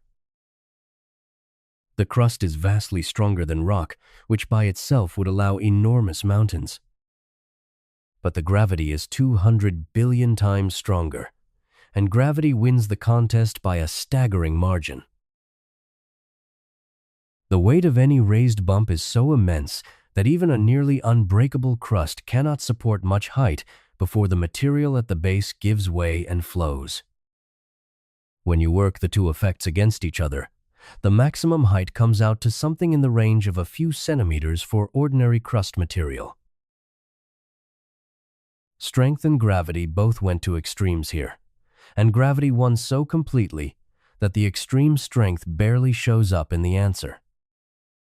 A crust 10 billion times tougher than steel produces a mountain only a little shorter than what a much weaker crust would allow, because the limiting factor is not the strength at all.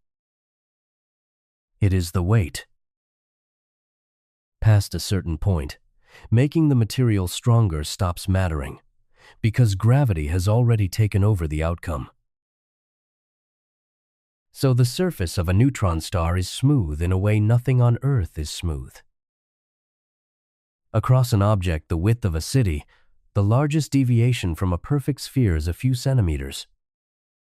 If you shrank a neutron star to the size of a beach ball, the tallest mountain on it would be smaller than a single atom is on that ball.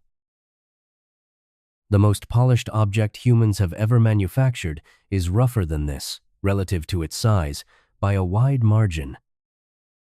A dead star crushes itself into the roundest solid object in the universe.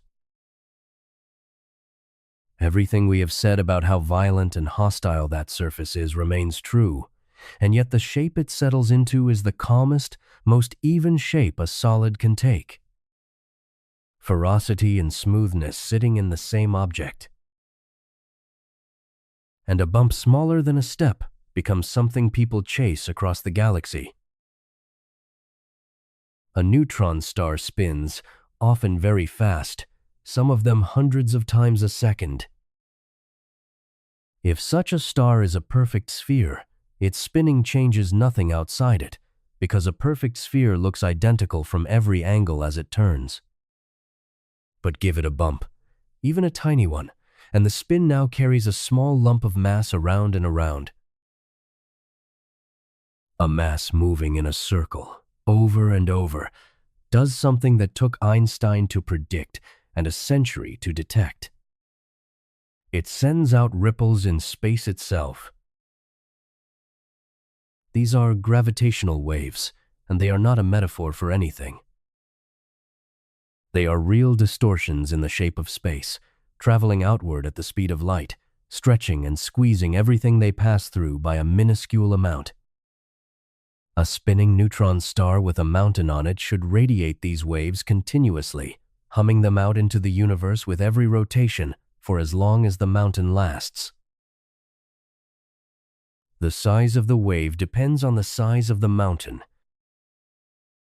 A bigger bump, more mass carried off-center, a stronger wave. And this is where that few centimeter limit stops being a curiosity and becomes a number with consequences we can test. If we knew how tall the mountains actually are, we would know how strong these waves should be. And if we could measure the waves, we could work backward to the mountains, and through them to the strength and composition of the crust itself. So people built instruments to look. The detectors are among the most sensitive measuring devices ever made, able to register a change in length smaller than a fraction of the width of a single proton, across instruments miles long. They have already caught the violent gravitational waves from black holes and neutron stars crashing together, brief and loud. The continuous hum from a lone spinning neutron star with a mountain would be far fainter, a steady tone rather than a crash, and much harder to pull out of the noise. We have looked, carefully, at many known pulsars, and we have not detected the continuous waves from any of them. Not one. Every search so far has come back empty, and the instruments are good enough now that the silence itself tells us something. Because a non-detection is not nothing. If the mountains were large, the waves would be strong, and we would have seen them by now. We have not. So the mountains must be small, and the searches let us put a ceiling on exactly how small. For the crab pulsar, one of the most studied, the searches now say any mountain on it stands no more than a few centimeters tall. We measured the flatness of a spinning object thousands of light years away, not by seeing the surface. The crab sits about 6,500 light years from here, and we have pinned down its smoothness to the width of a few coins without any image of it at all. We learned something real about the shape of a distant object from the absence of a signal, from a silence that would have been broken if the world were other than it is. The mountains are small, and we know they are small because a universe with large ones would sound different, and it does not. The few centimeter limit is for ordinary crust material. If a neutron star were made of something more exotic, a stranger and stiffer kind of matter, it might support a taller mountain and radiate a stronger wave. So the day we do detect one of these continuous signals, the size of it will tell us what the star is made of all the way down. The mountains are a way of reading the interior, if we can ever hear them. A few centimeters of crust, detected from thousands of light years off, would carry news about matter no laboratory can make. But the crust is not the bottom of the object, and the strength we have been describing is not the strangest thing down there. Below the crust, where the pressure climbs past even what we have discussed, the nuclei stop being separate lumps altogether. They begin to merge and stretch into shapes that have no business existing, shapes so peculiar that the physicists who found them reached for the language of the kitchen to describe them. The bottom of a neutron star crust is arranged like a plate of pasta, and physicists mean that almost literally. Sheets, tubes, ribbons, little rounded lumps. The people who found these shapes in their calculations looked at them and reached for the names gnocchi, spaghetti, and lasagna, and those names stuck, and they are now the standard terms in the scientific papers. I know how that sounds. It sounds like scientists having fun with a press release. But the shapes are real predictions from serious physics, and the reason they form is one to follow carefully, because it comes from a real competition between two forces that usually never meet on equal terms. We left the crust as a lattice of separate nuclei, each one a compact lump sitting in its place in the grid, with electrons and free neutrons flowing around them. That picture holds through most of the crust. But as we go deeper, toward the boundary where the crust meets the liquid core, the nuclei are pushed so close together that they stop being able to keep to themselves. They start to touch. And when nuclei touch, two forces that shape them begin to pull in opposite directions. The first force is the one that holds any nucleus together. The particles inside a nucleus attract each other through the strong nuclear force, and that attraction pulls every nucleus toward the most compact shape available, which is a sphere. A sphere has the least surface for a given amount of material, and the strong force, left alone, always rounds things up into balls. This is why nuclei are normally spherical, and why a droplet of water pulls itself into a bead. The same principle is at work, a surface tension pulling the material into the shape with the least skin. In a nucleus, that tension is enormously stronger, but the logic is identical. The second force is electrical. Every nucleus is positively charged, and like charges push apart. In an ordinary nucleus, this repulsion is a minor player, held in check by the strong force. But pack the nuclei close enough, and the electrical repulsion between neighbors becomes just as important as the strong force holding each one together. Now the two forces are matched, and neither one wins cleanly. On Earth, this never happens inside a nucleus because nuclei are never packed this close. Only here, at the base of a neutron star crust, do the two forces come to sit at the same table. This is the situation that makes the pasta. The strong force wants compact, rounded shapes. The electrical force wants the charge spread out, as far from itself as possible. When those two demands are balanced, the material settles into shapes that compromise between them, and the compromises are exactly the shapes that carry the pasta names. Follow it down and the sequence has an order to it. At the top of this region, where the nuclei are just beginning to crowd, they stay as separate blobs, rounded lumps packed close. Those are the gnocchi.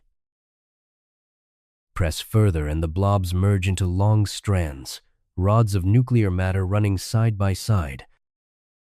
Spaghetti. Deeper still, the rods merge sideways into flat sheets, layers of nuclear matter stacked with gaps between them. Lasagna. And then the pattern inverts. Keep going down, and it is no longer the nuclear matter that forms shapes, but the gaps. The sheets close up until the nuclear matter is nearly continuous, with only tubes of empty space running through it, and then only bubbles of empty space left inside it. The holes become the shapes. Physicists, committed to the theme, have called these last forms the antipasta. The order runs from separate lumps, to rods, to sheets with holes, to a solid threaded with tunnels, to a solid dotted with bubbles. 6 stages, each one a slightly different truce between the same two forces, each one taking over as the pressure climbs. At the very bottom, the last bubbles fill in, and the material becomes the smooth, uniform liquid of the core. The pasta layer is the transition, the place where the solid crust of separate nuclei gives way to the continuous liquid interior. It sits about 1 kilometer or less above the core boundary, a thin shell wrapped deep inside the star. By the standards of the whole object, it is a narrow band, but by the standards of anything on Earth, it is an enormous quantity of the strangest matter imaginable, a shell of it wrapped clear around a city-sized sphere. Now the physics pays off in a way that connects back to everything we have built. These pasta shapes are not loosely packed.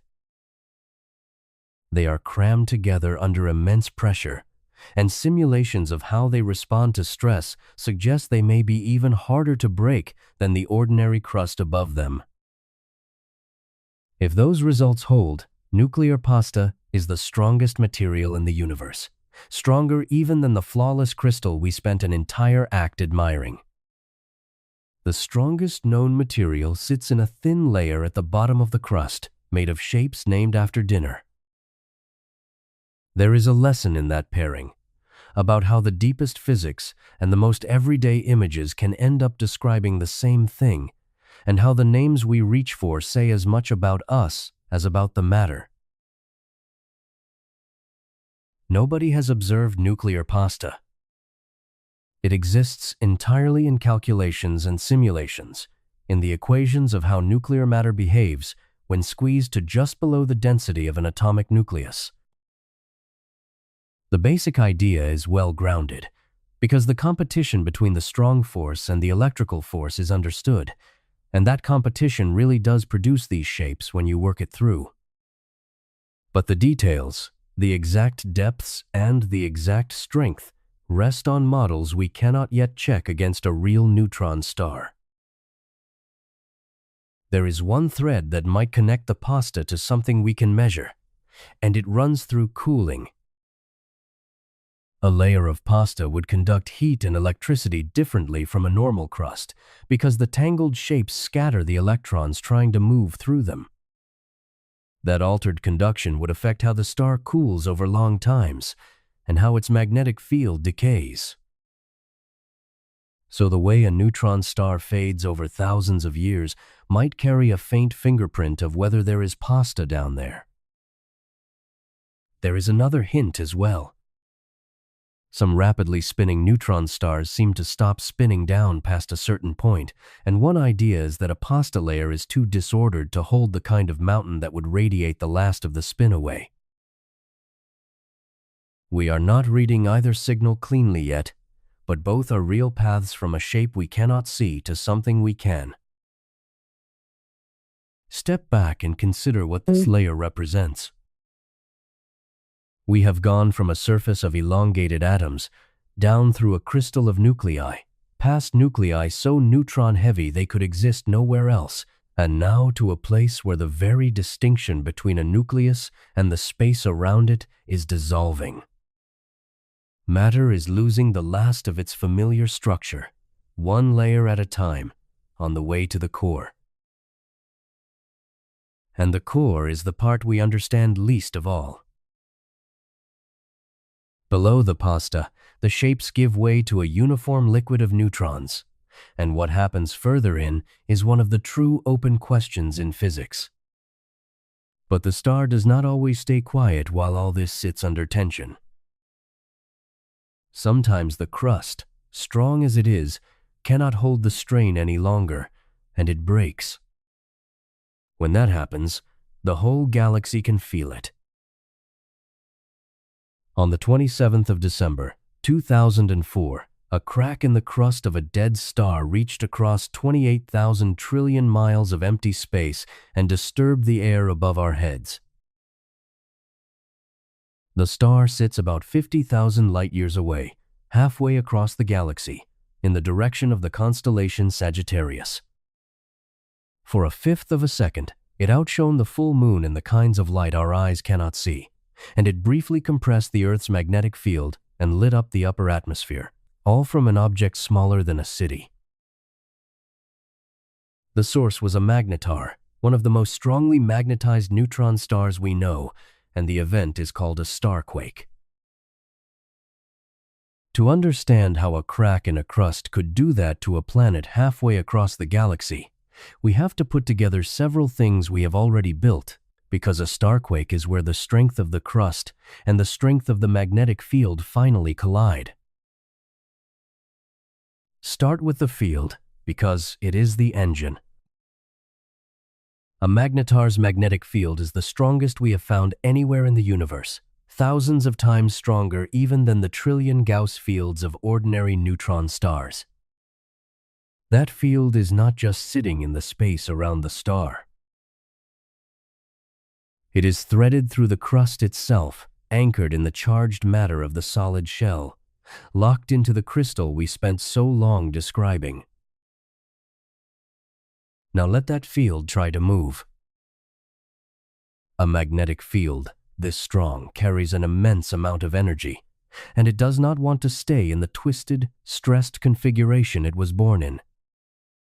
Like a wound spring, it pushes to relax into a simpler shape.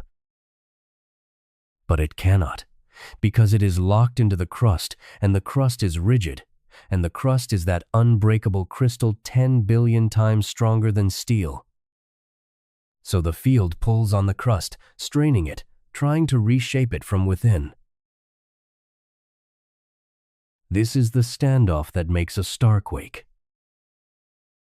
The field pushes, constantly, with enormous force. The crust resists because it is strong enough to resist almost anything.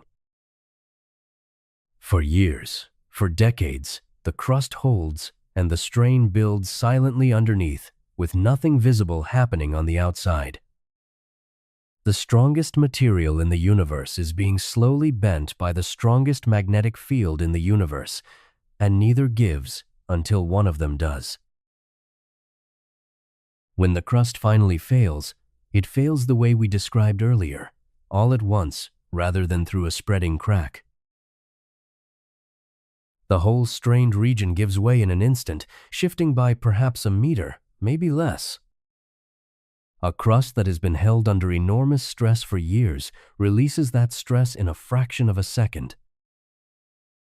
And the sudden movement of the crust yanks on the magnetic field anchored in it, and the field, suddenly free to rearrange, snaps into a new shape and dumps its stored energy all at once. The 2004 event released more energy in 0.2 of a second than the Sun produces in 100,000 years, maybe more. A crust shift of about a meter on an object we could drive across in 15 minutes put out that much energy in the time it takes to blink. Almost all of it came out as gamma rays, the most energetic light there is, in a single overwhelming flash.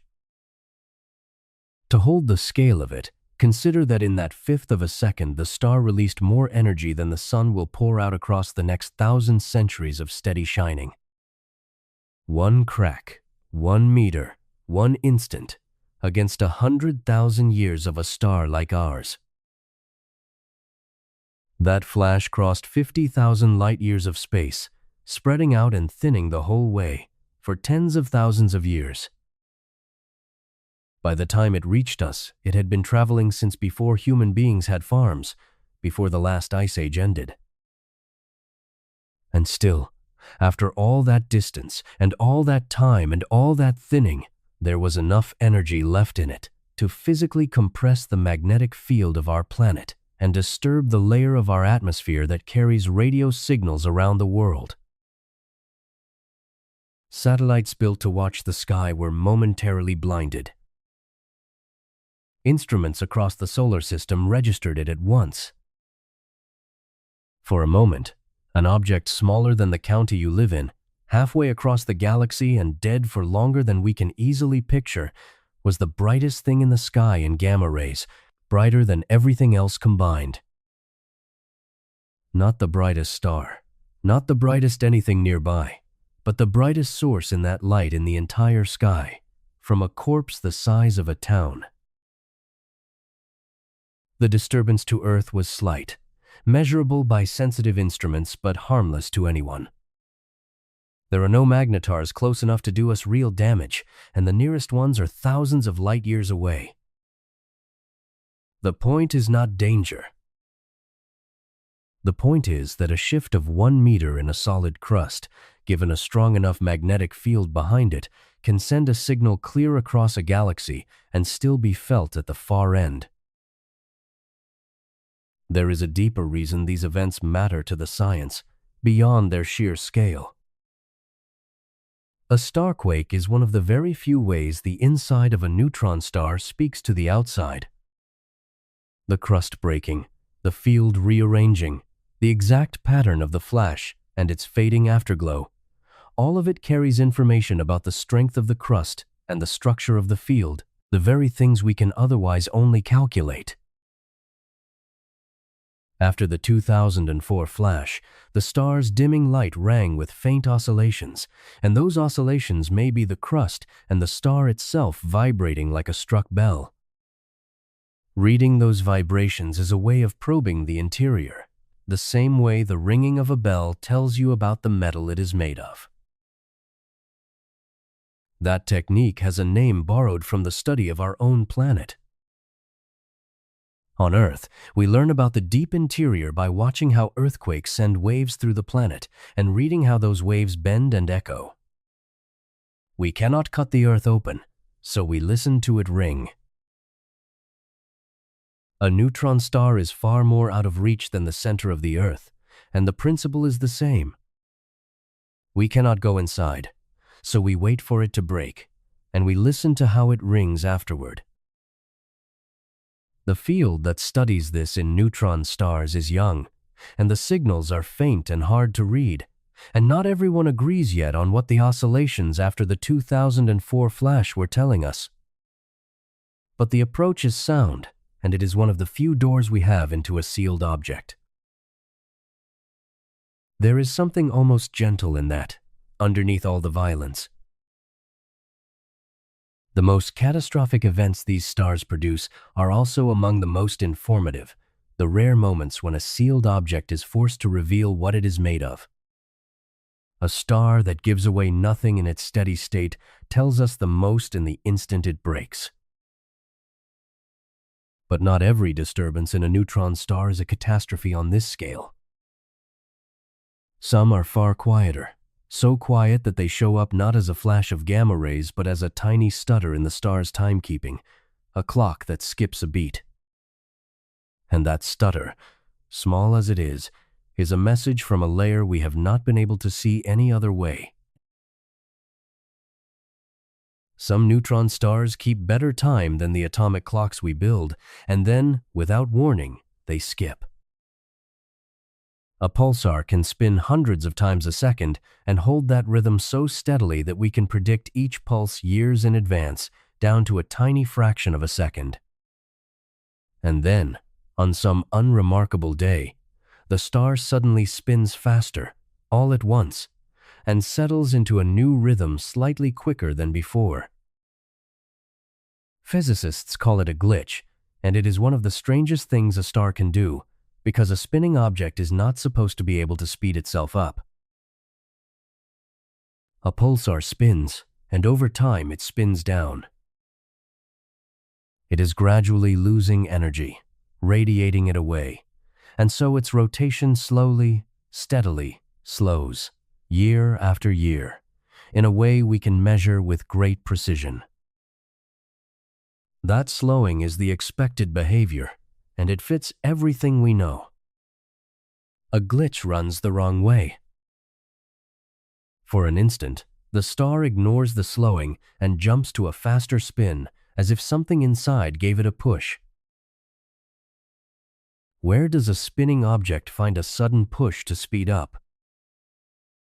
Not from outside. Nothing is reaching in to spin it. The push has to come from inside the star, from some part of it that was spinning faster than the rest and suddenly shared its motion with the surface we watch. And that points us straight to the strangest component of the interior, the one we met briefly in the crust and set aside. The superfluid. We have to spend a moment on what a superfluid is.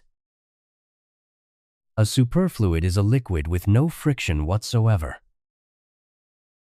Stir an ordinary liquid, and it soon comes to rest, because friction between the moving liquid and its container drains the motion away. A superfluid never does. Set it spinning and it spins forever, because there is no friction to slow it. This is not a small effect or an idealization. It is a real state of matter, produced in laboratories on Earth at temperatures near absolute zero, and its frictionless flow has been watched directly. Cooled helium, made into a superfluid, will climb the walls of its container and flow out over the rim, driven by nothing, held back by no friction at all. The behavior looks like a trick, and it is simply what a liquid does once friction is taken entirely away. Inside a neutron star, a large part of the interior is a neutron superfluid. The free neutrons below the crust and much of the core flow without friction, and this changes everything about how the star rotates. The solid crust and the superfluid inside it are not locked together. They can spin at different rates, and over time they do, because as the crust slows down, the frictionless superfluid keeps spinning at its old speed, unable to feel the braking that the crust feels. So a gap opens. The crust, braking steadily, spins slower and slower. The superfluid inside, feeling no brake, keeps spinning fast. The star becomes two things turning at once, an outer shell gradually slowing and an inner ocean holding its speed, and the difference between them grows year after year. From outside, we only ever see the shell, the crust whose pulses we time. The ocean underneath stays hidden, spinning at a rate we cannot directly watch, pulling quietly out of step with the surface. Now we need one more piece, and it is subtle. A superfluid cannot slow down smoothly even if it wants to. Its rotation is locked into tiny whirlpools, called vortices, each one carrying a fixed amount of spin, and the only way for the superfluid to slow is for these vortices to move outward and leave. But the vortices get snagged. They catch on the nuclei in the crust and get held in place, pinned, unable to move. And as long as they are pinned, the superfluid cannot shed its spin, so it stays fast while the crust keeps slowing. The strain builds, and this is the heart of the mechanism. The pinned vortices are held in place, but the pull on them grows as the gap between the superfluid and the crust widens. Eventually, the pull becomes too great, and the vortices break free all at once, a great number of them unpinning together in a sudden avalanche. As they move outward, they hand their spin to the crust, and the crust lurches faster. That lurch is the glitch. The moment the inner ocean finally shares some of its held-back motion with the shell we are watching from outside. We cannot see inside a neutron star. We have no way to look at the superfluid, no instrument that could ever reach it. And yet we know it is there, and we know it is pinned and building strain, because every so often the star's timekeeping gives a small jump that only a frictionless inner fluid could explain. The glitch is the superfluid's signature, written in the one language we can read from here, the timing of the pulses. There is a star that has done this dozens of times, and it has become a kind of laboratory for the effect. The Vela pulsar, in the southern sky, glitches every couple of years or so, and it has been watched doing it since the late 1960s. Each glitch is a tiny sudden speed-up followed by a slow recovery, and by timing many of them we have learned about how much superfluid is involved and how strongly the vortices pin. We are measuring properties of a frictionless fluid buried under a mile of crushed nuclear crust by watching a clock stutter from thousands of light years away. Vela has given us dozens of these events to study, enough that the glitches themselves have become predictable in their rough size and spacing, though never in their exact timing.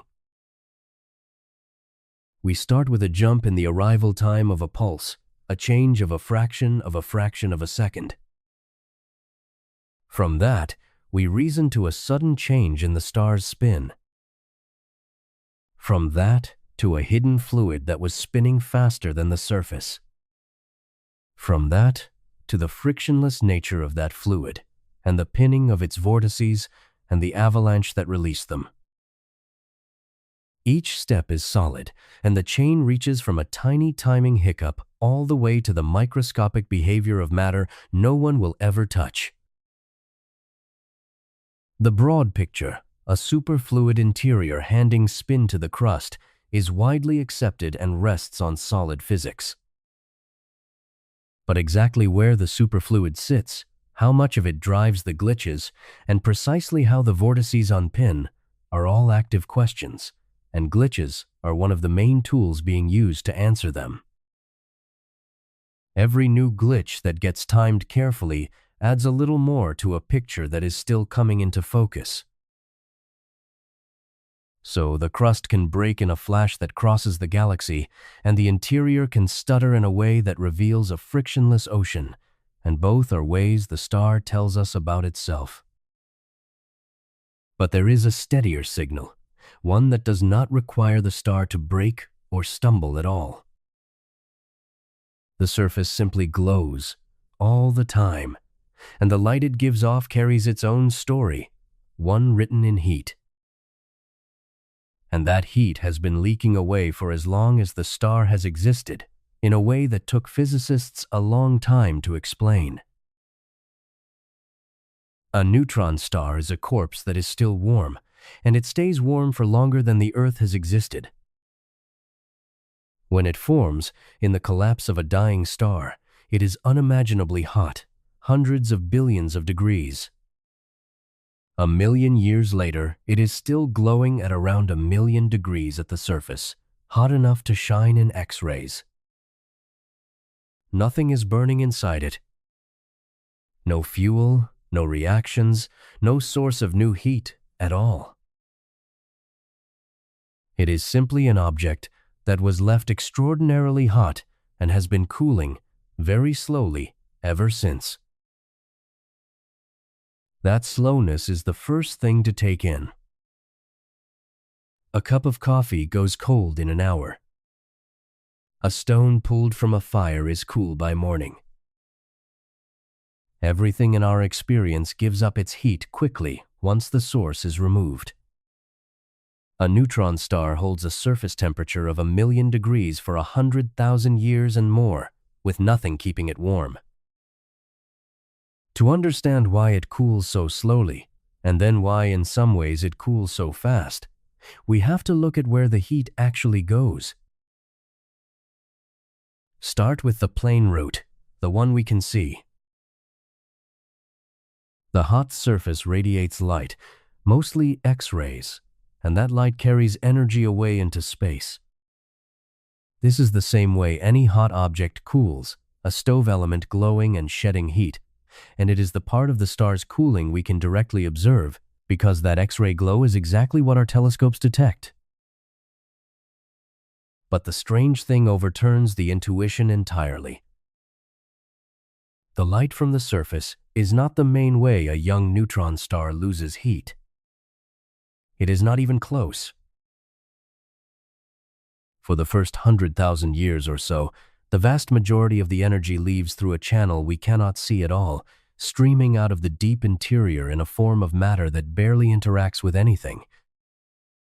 The star cools mostly through neutrinos. We have to talk about what a neutrino is. A neutrino is a tiny, nearly massless particle that hardly interacts with ordinary matter at all. They are streaming through you right now, from the sun, in enormous numbers, trillions every second, and they pass through your body and through the entire Earth as if it were not there. A neutrino could cross a wall of solid lead many light years thick and have a good chance of coming out the other side. They are the most aloof particles we know of, almost untouchable. When a nearby star exploded in 1987, a handful of its neutrinos were caught by detectors on Earth, a couple of dozen particles out of a flood beyond counting. That tiny catch was a triumph, because catching any at all is so hard.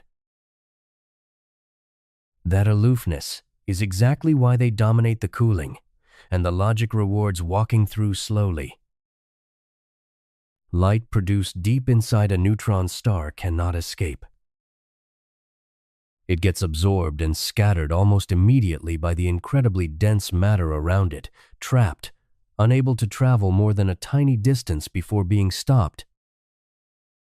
Heat carried by light can only leak out from the surface, slowly, layer by layer. But neutrinos are not stopped by dense matter. A neutrino created in the core flies straight out through the entire star and escapes directly into space, carrying its energy with it, without waiting for anything. So the interior has a private exit that the surface does not. The core, where the matter is densest and the reactions that make neutrinos are fastest, can dump its heat straight out through a door that ignores all that density. The surface can only glow. For a young, hot star, the neutrino door is thrown wide open, and the star bleeds energy through its core far faster than it ever could through its skin. This gives the cooling a shape that took real work to understand. Early on, while the star is very hot, the neutrino losses are enormous because the reactions that produce them speed up steeply with temperature. The hotter the core, the faster it makes neutrinos, and the faster it cools. So a young neutron star cools quickly at first, racing down from its birth temperature. Then, as it cools, The neutrino production falls off, the core loses its fast exit, and the cooling slows. After 100,000 years or so, the neutrinos have done their work, and from then on, the star cools mainly by the slow glow of its surface. The star lives most of its long cooling life in this second phase, glowing faintly and fading over millions of years, long after the fierce early neutrino cooling has finished its work. The rate of neutrino production depends on the exact kind of matter in the core, on how the particles there can react with one another. Different theories of what the core contains predict different cooling speeds. If the core holds only neutrons, it cools one way. If it holds more exotic matter, particles that only appear at these extreme densities, it can open faster neutrino channels and cool more quickly. So the temperature of a neutron star of known age is a clue to its interior, a number we can read from outside that speaks about matter we cannot reach. The neutron star at the center of the supernova remnant Cassiopeia A is young, born from a star that exploded only a few centuries ago as we see it. Over a decade of observations, some astronomers reported that its surface temperature was dropping unusually fast, faster than simple cooling would predict. One explanation offered was that the core had recently become a superfluid, opening a burst of new neutrino production as it did. If that reading is right, we were watching a phase change happen in the core of a neutron star, LIV, from 10,000 light-years away. A transition in the deepest, densest matter in the universe, showing itself as a slow dimming we could time with a telescope. That rapid cooling has been disputed. Some later analyses questioned whether the temperature drop was real or an artifact of how the detectors changed over the years of observation. The measurement sits at the edge of what the instruments can do, and the community has not fully settled it. It remains a real maybe, a tantalizing result that could be a direct glimpse of the core or could be a subtle error, and honest science holds both possibilities open until the data improve. Either way, the principle stands, and it is the thread I want to leave you holding. The heat leaking out of a neutron star is not just waste. It is a message from the core, carried by the most elusive particles in nature, decoded from the fading glow of a surface we can barely resolve. The star is telling us what it is made of simply by growing colder if we can learn to read the rate. A dying ember, watched closely enough, reveals the composition of the wood. The same is true here, on a scale and through a channel that took a century of physics to make legible. And that glow is not even... The surface of a neutron star is not uniformly bright, because the same magnetic field that shapes everything else channels heat and particles onto certain spots, making them hotter than the rest. Those hot spots are how we have begun to draw actual maps of these surfaces, and what the maps showed was not at all what anyone expected. We have drawn a map of a surface no telescope can see as anything but a single point of light. The neutron star is thousands of light-years away and 12 miles across, far too small and far too distant for any instrument to resolve its shape directly. And yet we now have maps of where the hot regions sit on a few of these surfaces, worked out in enough detail to say that the hot spots are not where everyone was certain they would be. To see how that map was made, we start with why a neutron star has hot spots at all. The surface glows all over from its stored heat, but some regions are hotter than the rest, and the reason is the magnetic field. Charged particles cannot cross magnetic field lines easily, but they can slide along them, and the field funnels them down onto the surface at the points where the field lines enter. Those points get bombarded and heated, and they end up hotter and brighter than the surrounding surface. A neutron star, glowing everywhere, has a couple of spots glowing harder. This is the same basic process that lights the aurora on Earth, where particles follow our planet's field down to the poles and make the sky glow. On a neutron star, the field is unimaginably stronger, and the spots it makes are hot enough to shine in X-rays. As the star rotates, the hot spots are carried around with it, swinging toward us and then away, over and over, many times a second. Each time a hot spot faces us, we receive a little more light. Each time it turns away, a little less. The brightness rises and falls in a repeating pattern, locked to the spin, and that rising and falling pattern is a signal we can record with great precision. The shape of that pattern carries an astonishing amount of information, and unpacking it is the heart of the technique. How high the brightness rises, how low it falls, how sharp or gradual the changes are, all of it depends on where the hot spots sit, how big they are, how the star is tilted toward us, and how strongly its gravity bends the light on the way out. The pattern is a coded record of the geometry of the surface, and if we can decode it, the geometry falls out.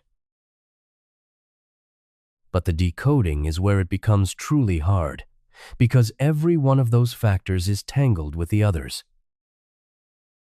A brighter peak could mean a bigger hotspot, or a spot better aligned with our view, or stronger light bending. To pull them apart, physicists build a detailed model of the whole situation, a virtual neutron star with hot spots placed on it, spinning at the right rate, with its gravity bending the light exactly as general relativity says it must. Then they adjust the model, moving the spots, changing their size, tilting the star, until the pattern the model produces matches the pattern we actually receive. When the match is good enough, the model tells us where the spots really are. Because gravity lets us see partway around the far side of the star, a hot spot stays partly visible even when it rotates to the back, and the pattern never drops fully to darkness.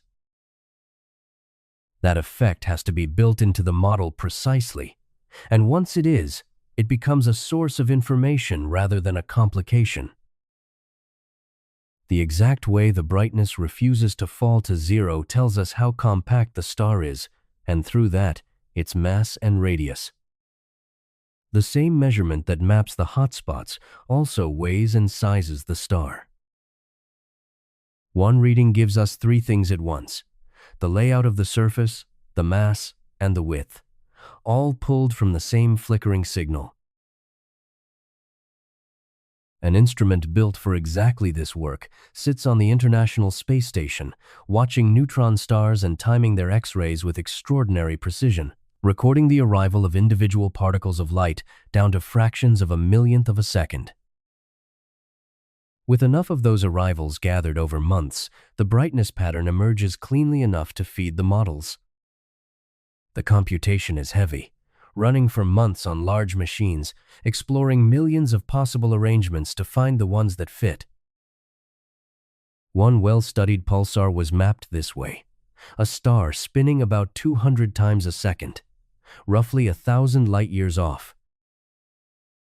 Getting its map meant gathering its light for well over a year and then letting the computers search for weeks. For decades, the simple picture of a neutron star was a bar magnet, with a north pole and a south pole on opposite sides, and everyone expected two hotspots sitting neatly at those two poles, facing directly away from each other. That is what a simple magnetic field would produce, and it was the natural assumption for 50 years. The maps did not show that. The hotspots came out in the wrong places, not opposite each other, sometimes both in the same hemisphere, oddly shaped, nothing like the tidy two-pole picture. The magnetic field of a neutron star is more complicated than a simple bar magnet. It has structure we did not expect, extra components beyond the basic two-pole shape, twists and concentrations that put the hotspots in unexpected places. A picture the field had carried for half a century, drawn in every textbook, was too simple, and the correction came from reading the flicker of a point of light. We took an object we cannot resolve, a single unresolved dot, and by measuring nothing more than how its brightness rises and falls as it turns, we reconstructed the arrangement of hot regions on its surface, weighed it, sized it, and caught the field doing something the theory had not predicted. No image was ever formed.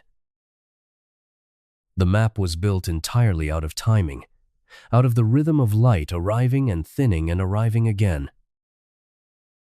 A point of light and a clock and a great deal of patient reasoning, and out of it comes the layout of a surface smaller than a city on the far side of the galaxy. We did not get to look. We had to reason our way to the surface, building a model, testing it against the flicker, revising it when it failed, and accepting what the data insisted on even when it contradicted what we were sure of. The two-pole picture was comfortable, and it was wrong, and the star told us so, and the field listened.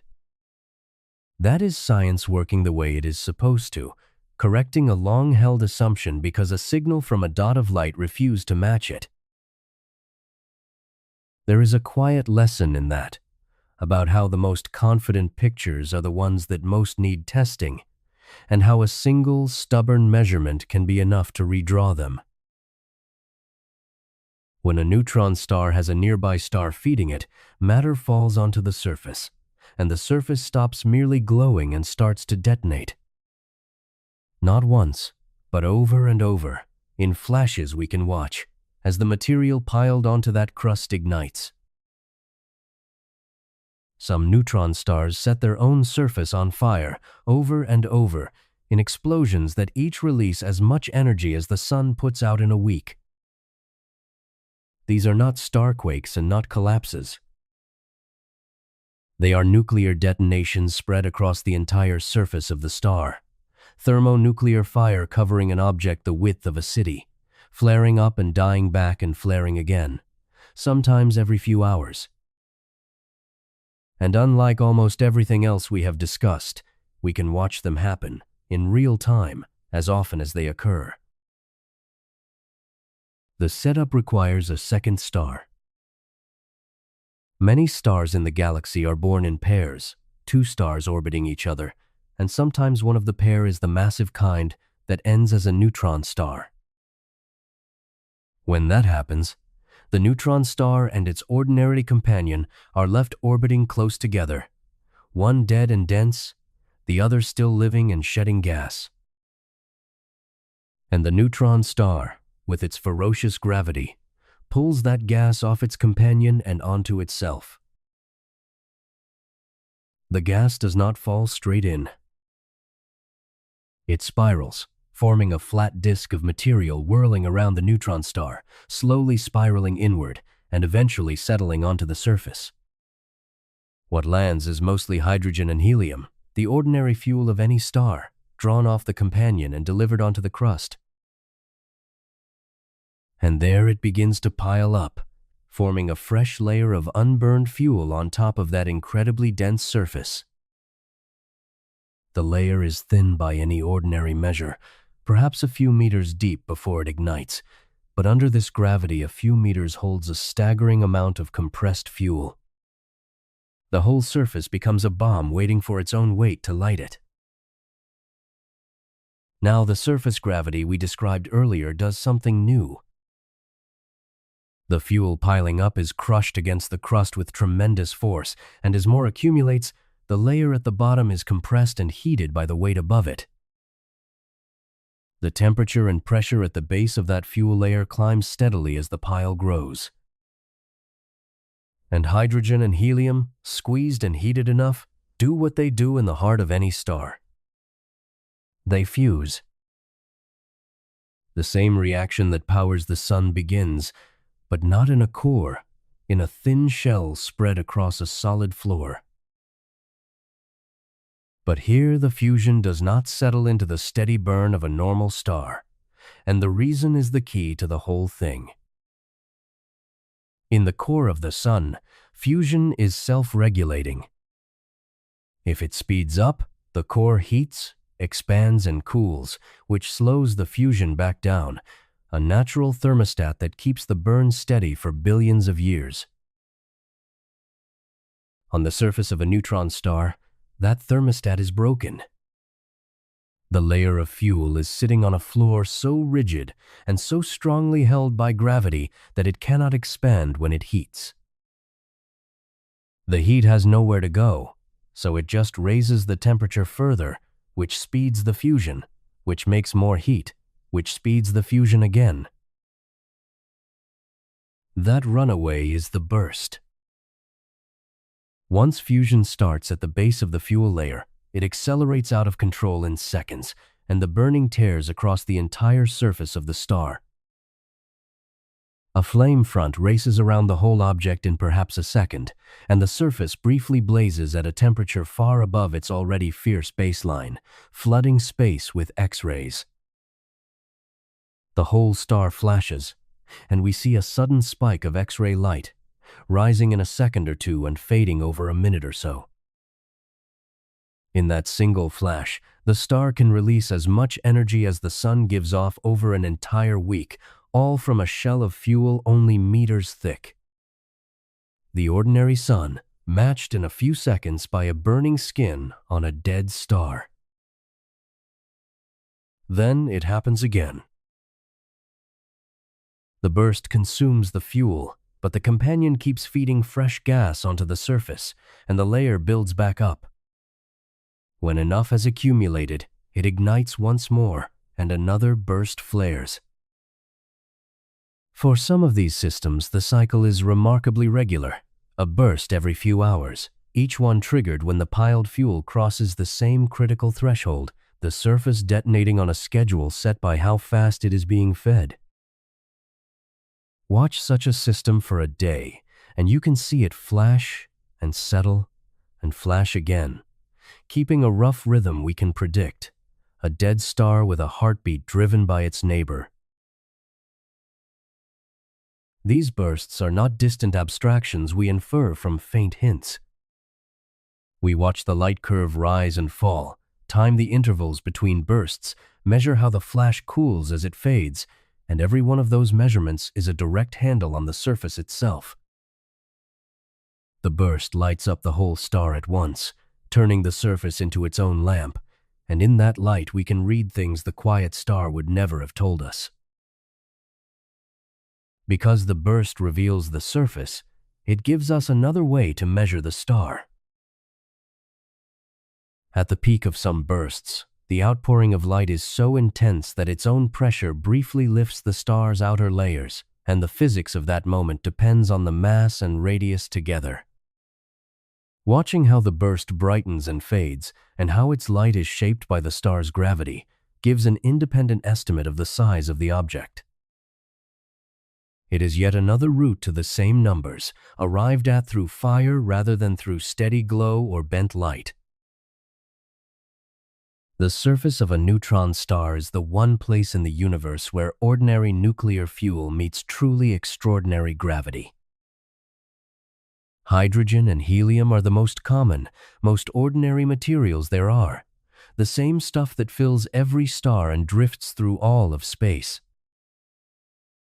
Put that ordinary fuel onto that extraordinary floor, and it behaves in a way it never could anywhere else, detonating all at once instead of burning gently, because the surface will not let it expand. The strangeness is not in the fuel. The strangeness is entirely in the floor it lands on. Move that same hydrogen to Earth and it does nothing unusual. Move it to the heart of the Sun and it burns steadily for ages. Lay it on a neutron star and it detonates, not because the fuel changed, but because it finally met a surface rigid enough to refuse it any room. Unlike the crust strength or the nuclear pasta, which live mostly in simulations, these bursts are directly observed, thousands of them from many systems, timed and measured for decades. The basic mechanism, fuel piling up and igniting in a runaway, is well established and fits the observations closely. The finer details, exactly how the flame spreads and how the different elements burn, are still being refined, but the core story is on solid observational ground, which is a welcome thing to be able to say after so many layers of careful maybe. All of this, the bursts, the maps, the glow, the glitches, the quakes, comes back to a single number we have been circling the whole way through. How wide is a neutron star really? Every method we have touched gives a piece of the answer. The bent light, the hotspot maps, the burst peaks, each hands us a number, and the numbers are slowly closing in on one another. But the question is not fully settled, and settling it would tell us something profound about the matter at the center of these objects, matter we have described from every side without ever pinning down its most basic property. We have known that neutron stars exist for over 50 years, and we still cannot say for certain how wide one is. We can weigh them to within a few percent.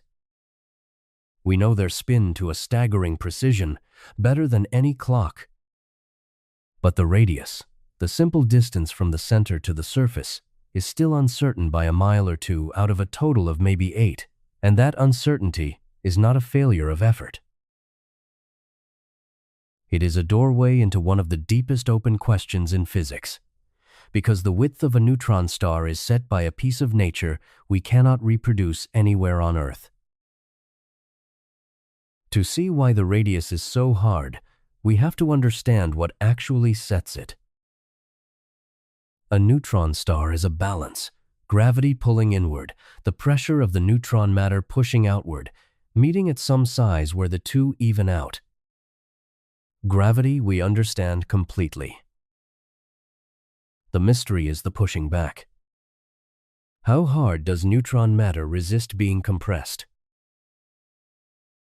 That question has a name, and physicists call it the equation of state, and it is the single most wanted piece of information about these objects. Let me put the equation of state in plain terms, because the name hides how simple the idea is. It is the relationship between how hard you squeeze something and how much it pushes back. Squeeze air, and it pushes back a little and compresses a lot. Squeeze water and it pushes back hard and barely compresses at all. Every material has its own answer, its own stiffness, and for ordinary materials we can measure that answer in a laboratory. For neutron matter, we cannot, because we cannot make it. The closest we come is smashing heavy nuclei together in accelerators, which briefly reaches high densities but nothing like a neutron star, and only for the tiniest instant. A sustained sample of the real thing is beyond any technology we can imagine. This is the wall the whole subject runs into. The matter inside a neutron star is denser than anything we can produce, denser than the center of an atomic nucleus, packed at a scale no laboratory on Earth can reach or hold. We cannot make a sample, cannot squeeze it and watch, cannot do the direct experiment that would settle the question. The one place this matter exists is inside neutron stars, and the only way to study it is to measure the stars themselves and reason backward to the matter. And the radius is the reading that reasons backward most directly. If neutron matter is stiff, resisting compression strongly, then a given mass settles at a larger radius, held up firmly against gravity. If the matter is soft, giving way more easily, then the same mass is squeezed into a smaller radius before it finds its balance. So the width of a neutron star is a direct readout of the stiffness of the densest matter in the universe.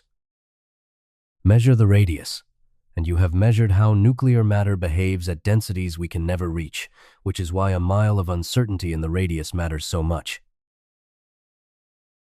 Everything we have discussed has been a way of chasing that number. The bent light and the hotspot maps give a radius. The X-ray bursts give a radius.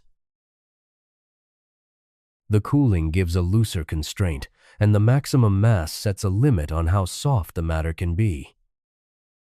Each method comes at the same quantity from a different direction, with different assumptions and different weaknesses, and slowly, over years, they have started to agree. The current picture places the radius somewhere around 11 to 13 kilometers, roughly 7 to 8 miles, for a typical neutron star, and the range is tightening. A generation ago, the honest uncertainty spanned many miles. Now it is down to a mile or two, narrowed by exactly the methods we have walked through.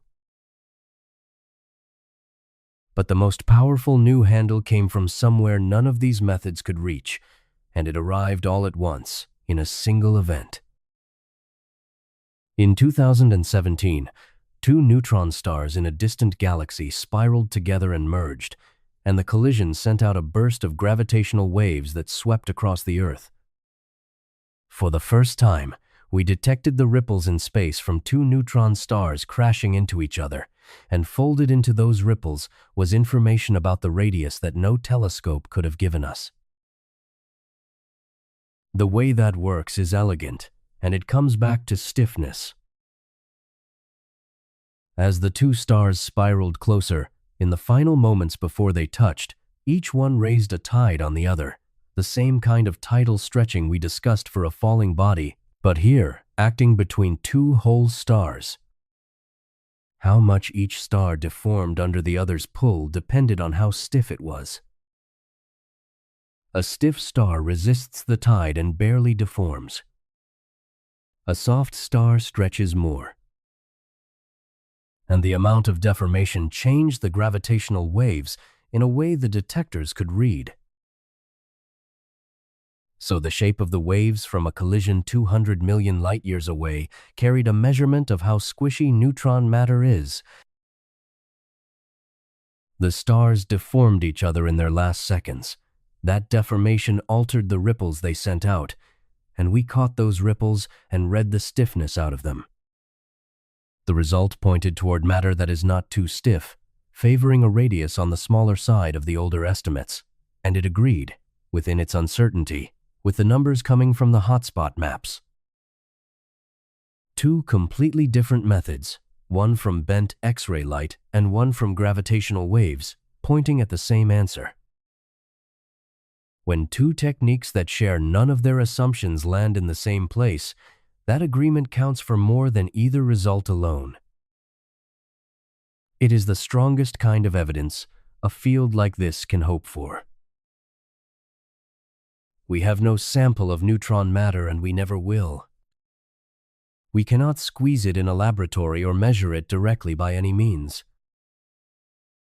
And yet, by watching light bend around distant stars and by catching the ripples of stars colliding across hundreds of millions of light-years, we are closing in on how the densest matter in the universe responds to being squeezed. We are measuring the untouchable, not by touching it, but by watching what it does at a distance no hand could ever cross. The radius is not yet nailed down, the equation of state is not yet decided, and different measurements still pull in slightly different directions within their error bars. More gravitational wave detections, more hotspot maps, more careful work will tighten it further, and the answer is coming, but it is not fully here. We are in the middle of the story, watching a fundamental number come slowly into focus, and that is an honest and exciting place to be. Most of the history of science looks like this from the inside, a real answer approaching but not yet arrived, the error bars shrinking year by year. And there is one possibility we have been holding at the edge of all this, one that would rewrite the whole picture if it were true. We have assumed throughout that a neutron star is made of neutrons, with a crust and a core of the matter we have described. But it is possible that at the center, the matter dissolves into something even more fundamental, and that the surface we have spent all this time describing might not be a crust at all.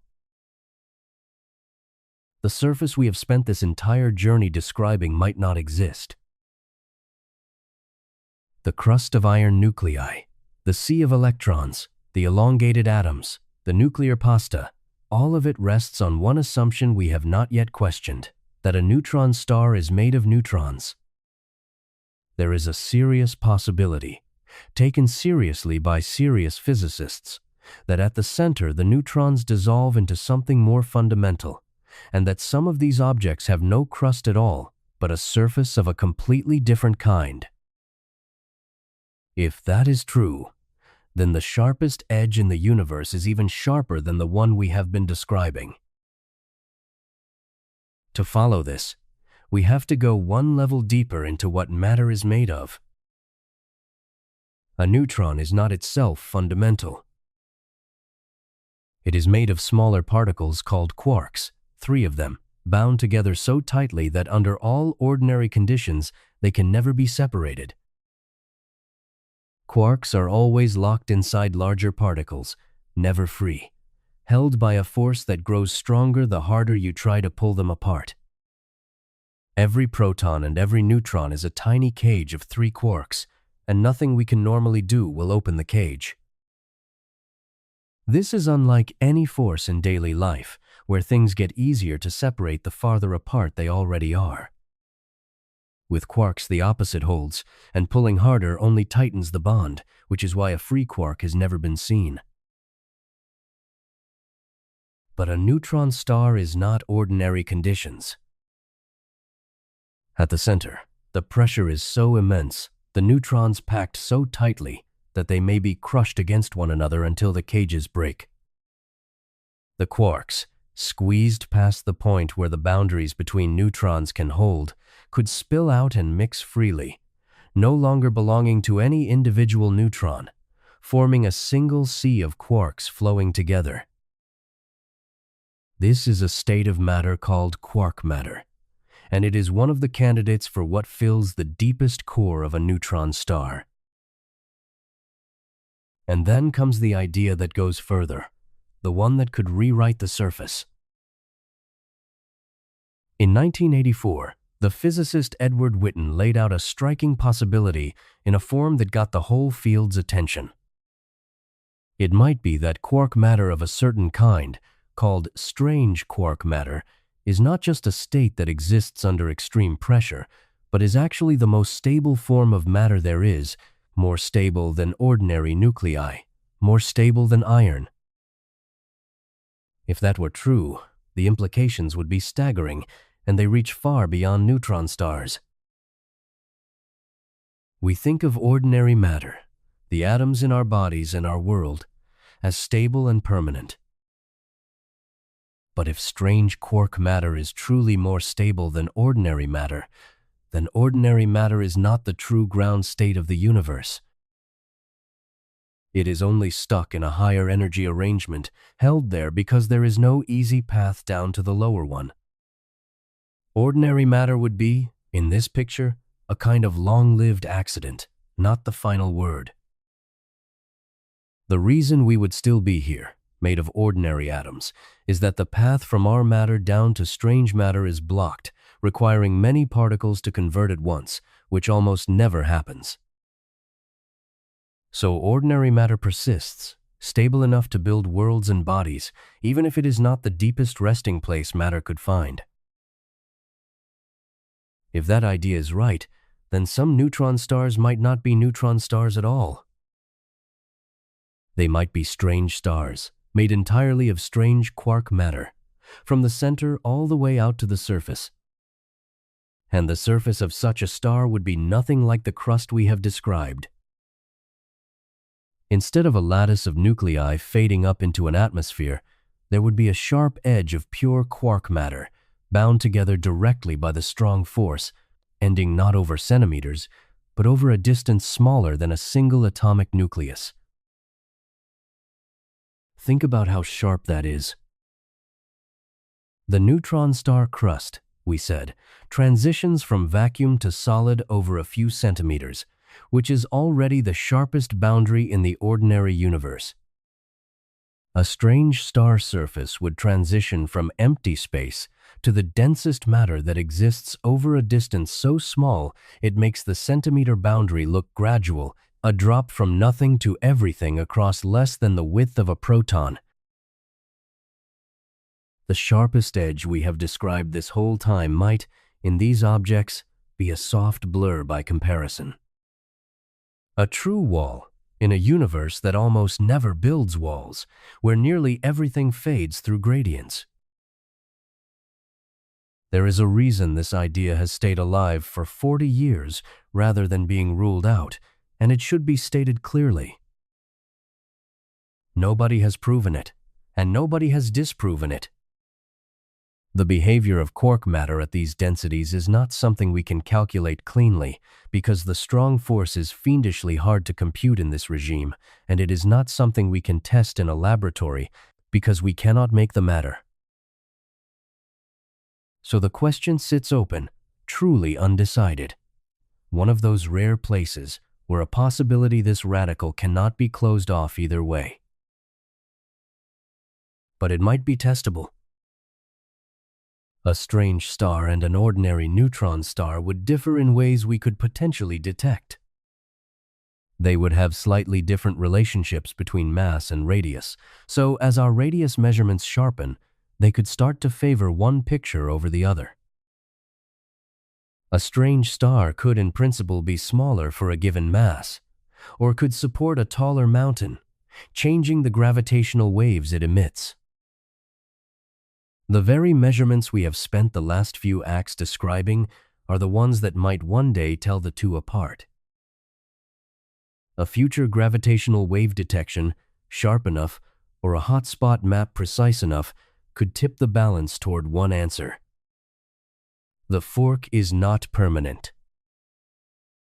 It is a question waiting for better data, which is the most hopeful kind of open question there is.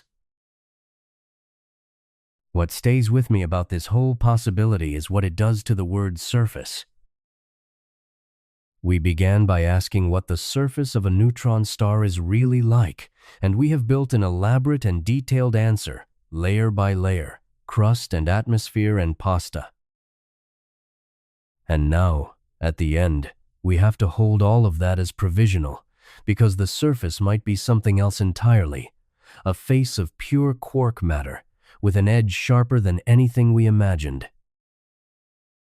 The honest position is that we have described one strong possibility in great detail, while a second possibility waits underneath it, not yet ruled out. We have gone as deep as current knowledge allows, and at the bottom we find not a final answer but a real fork, two pictures of the same object, both consistent with what we can measure so far. That is not the failure of the inquiry. That is its frontier, the exact line where what we know gives way to what we are still working out. Nobody has ever seen the surface of a neutron star. Not once, not in any image, not through any telescope. Everything we have described, we have inferred, and we should be completely honest about how we know what we think we know. Nobody has ever seen the surface of a neutron star, and nobody ever will. Not with any telescope that exists, not with any telescope we know how to build, not in any image at any wavelength. Everything across the last 18 chapters, the crust and the atmosphere, the elongated atoms and the nuclear pasta, the mountains and the hot spots, every number and every layer, none of it came from looking.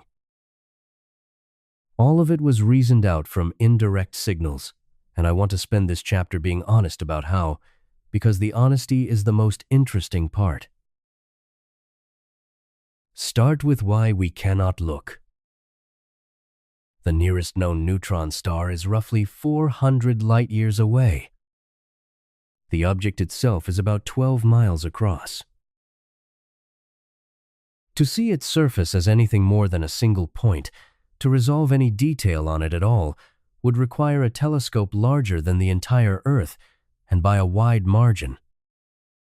No instrument now or on any foreseeable horizon can turn one of these objects into a picture. They are and will remain points of light. Even the giant telescopes being planned for the coming decades, instruments that will study the atmospheres of planets around other stars, will not come close to resolving a surface 12 miles wide at that distance. The gap is not one of engineering. It is a gap of many orders of magnitude, a wall physics places between us and any direct image of these objects. So everything we know comes from what those points of light do. They flicker as they spin, and the rhythm of the flicker gives us the spin and the hot spots. They glow in X-rays, and the color of the glow gives us the temperature. They orbit companions, and the timing of their pulses gives us the mass. They occasionally break, and the flash gives us the crust. They collide, and the ripples in space give us the stiffness. Every single thing we claim to know was pulled out of signals like these, by chains of reasoning built on physics we tested elsewhere. Not one fact in this whole account came from a photograph. All of it came from light that carried a message, and from minds patient enough to decode it. It matters to lay out plainly what we are confident in and what we are not, because a responsible account has to separate the two, and this whole subject is a lesson in holding different claims at different strengths. Some things we can call measured, as solidly as anything in astronomy. The masses of neutron stars are measured, some of them to within 1% or 2, from the timing of pulses in orbit. The spins are measured to extraordinary precision. The surface temperatures are measured from the X-ray glow. The existence of starquakes and X-ray bursts and glitches is measured, watched directly and repeatedly over decades. These are not in serious doubt. They rest on signals we receive clearly and physics we understand well. If any part of this account deserves to be spoken with confidence, it is these. Other things are inferred, solidly but at one remove, resting on calculation as much as observation. The strength of the crust, 10 billion times steel, comes from simulation, checked against the sky but not measured directly. The elongated atoms in their chains come from solving quantum mechanics for fields we cannot make. The nuclear pasta comes entirely from theory, never observed. These rest on physics we trust, applied to conditions we cannot reproduce, and they could be refined or corrected as the work continues. They are our best understanding, offered plainly as understanding rather than as sight. And some things are truly contested, live questions with the field still divided. The exact radius is still being pinned down. The equation of state is not yet decided. Whether the deep core holds quark matter, and whether some of these objects are strange stars with no crust at all, remains open. These are not settled, and anyone who tells you otherwise is going beyond what the evidence supports. And that is not a mark against the science. The willingness to say clearly where knowledge stops is exactly what earns trust for the rest of it. We have built one of the most detailed pictures in all of science of a place no one has ever seen and no one will ever visit. We know the temperature of a surface we cannot resolve, the strength of a material we cannot sample, the arrangement of atoms in a field we cannot make, the behavior of matter denser than anything we can produce. And we know these things not by looking, but by the disciplined reading of faint signals, each claim held exactly as firmly as its evidence allows and no firmer. That, to me, is the quiet triumph underneath all the extremes. The gravity and the magnetism and the density are staggering, and they are what draw people to these objects. But the deeper achievement is the method. A species confined to one small planet, unable to travel even to its own nearest star, has worked out the layered structure of an object halfway across the galaxy, dead for longer than we have existed, by nothing more than catching its light and thinking carefully about what that light could mean. No ship went there. No probe returned. The whole thing was done from here, from under our own quiet sky, with instruments and patience and the accumulated physics of a few centuries. We hold a detailed picture, and we hold it provisionally, knowing which parts are firm and which might change. We are not certain, and we do not pretend to be, and yet we are far from ignorant. That combination, real knowledge held with real honesty about its limits, is not a weakness in the picture. It is the most trustworthy kind of knowledge there is, the kind that tells you exactly how much to rely on each part of it. Everything we have described is real, right now, in the sky above us. While you have been listening, these objects have been spinning hundreds of times a second, their surfaces glowing at 1,000,000 degrees, their crusts holding under strain, their hidden superfluids drifting out of step with their shells. Scattered across the galaxy are hundreds of millions of them, each one a place where matter is pushed to the edge of what physics permits, every one of them real and present and utterly beyond our reach. They were there before anyone worked any of this out, and they will be there long after. All that has changed is that we now understand, in careful and honest detail, what those distant points of light actually are. Which leaves one last thing to do. We have traveled from the surface of a dead star down through every layer of it, and we have reasoned our way to the edge of what anyone knows. Now we can turn that whole journey around and look back at ourselves, at the strange and fragile arrangement of matter that was able to work all of this out, lying quietly in the dark, held together by forces gentle enough to allow it. The atoms in your body are still round tonight, and that is rarer than it sounds. Everywhere we have traveled in this journey, matter was forced out of the shapes we think of as normal. Atoms pulled into needles by magnetism, nuclei crushed into a single crystal, neutrons stripped free and flowing, the very distinction between matter and empty space dissolving in the deep core. And here, where you are lying, every atom is holding the calm round shape that lets chemistry happen, that lets a body exist at all.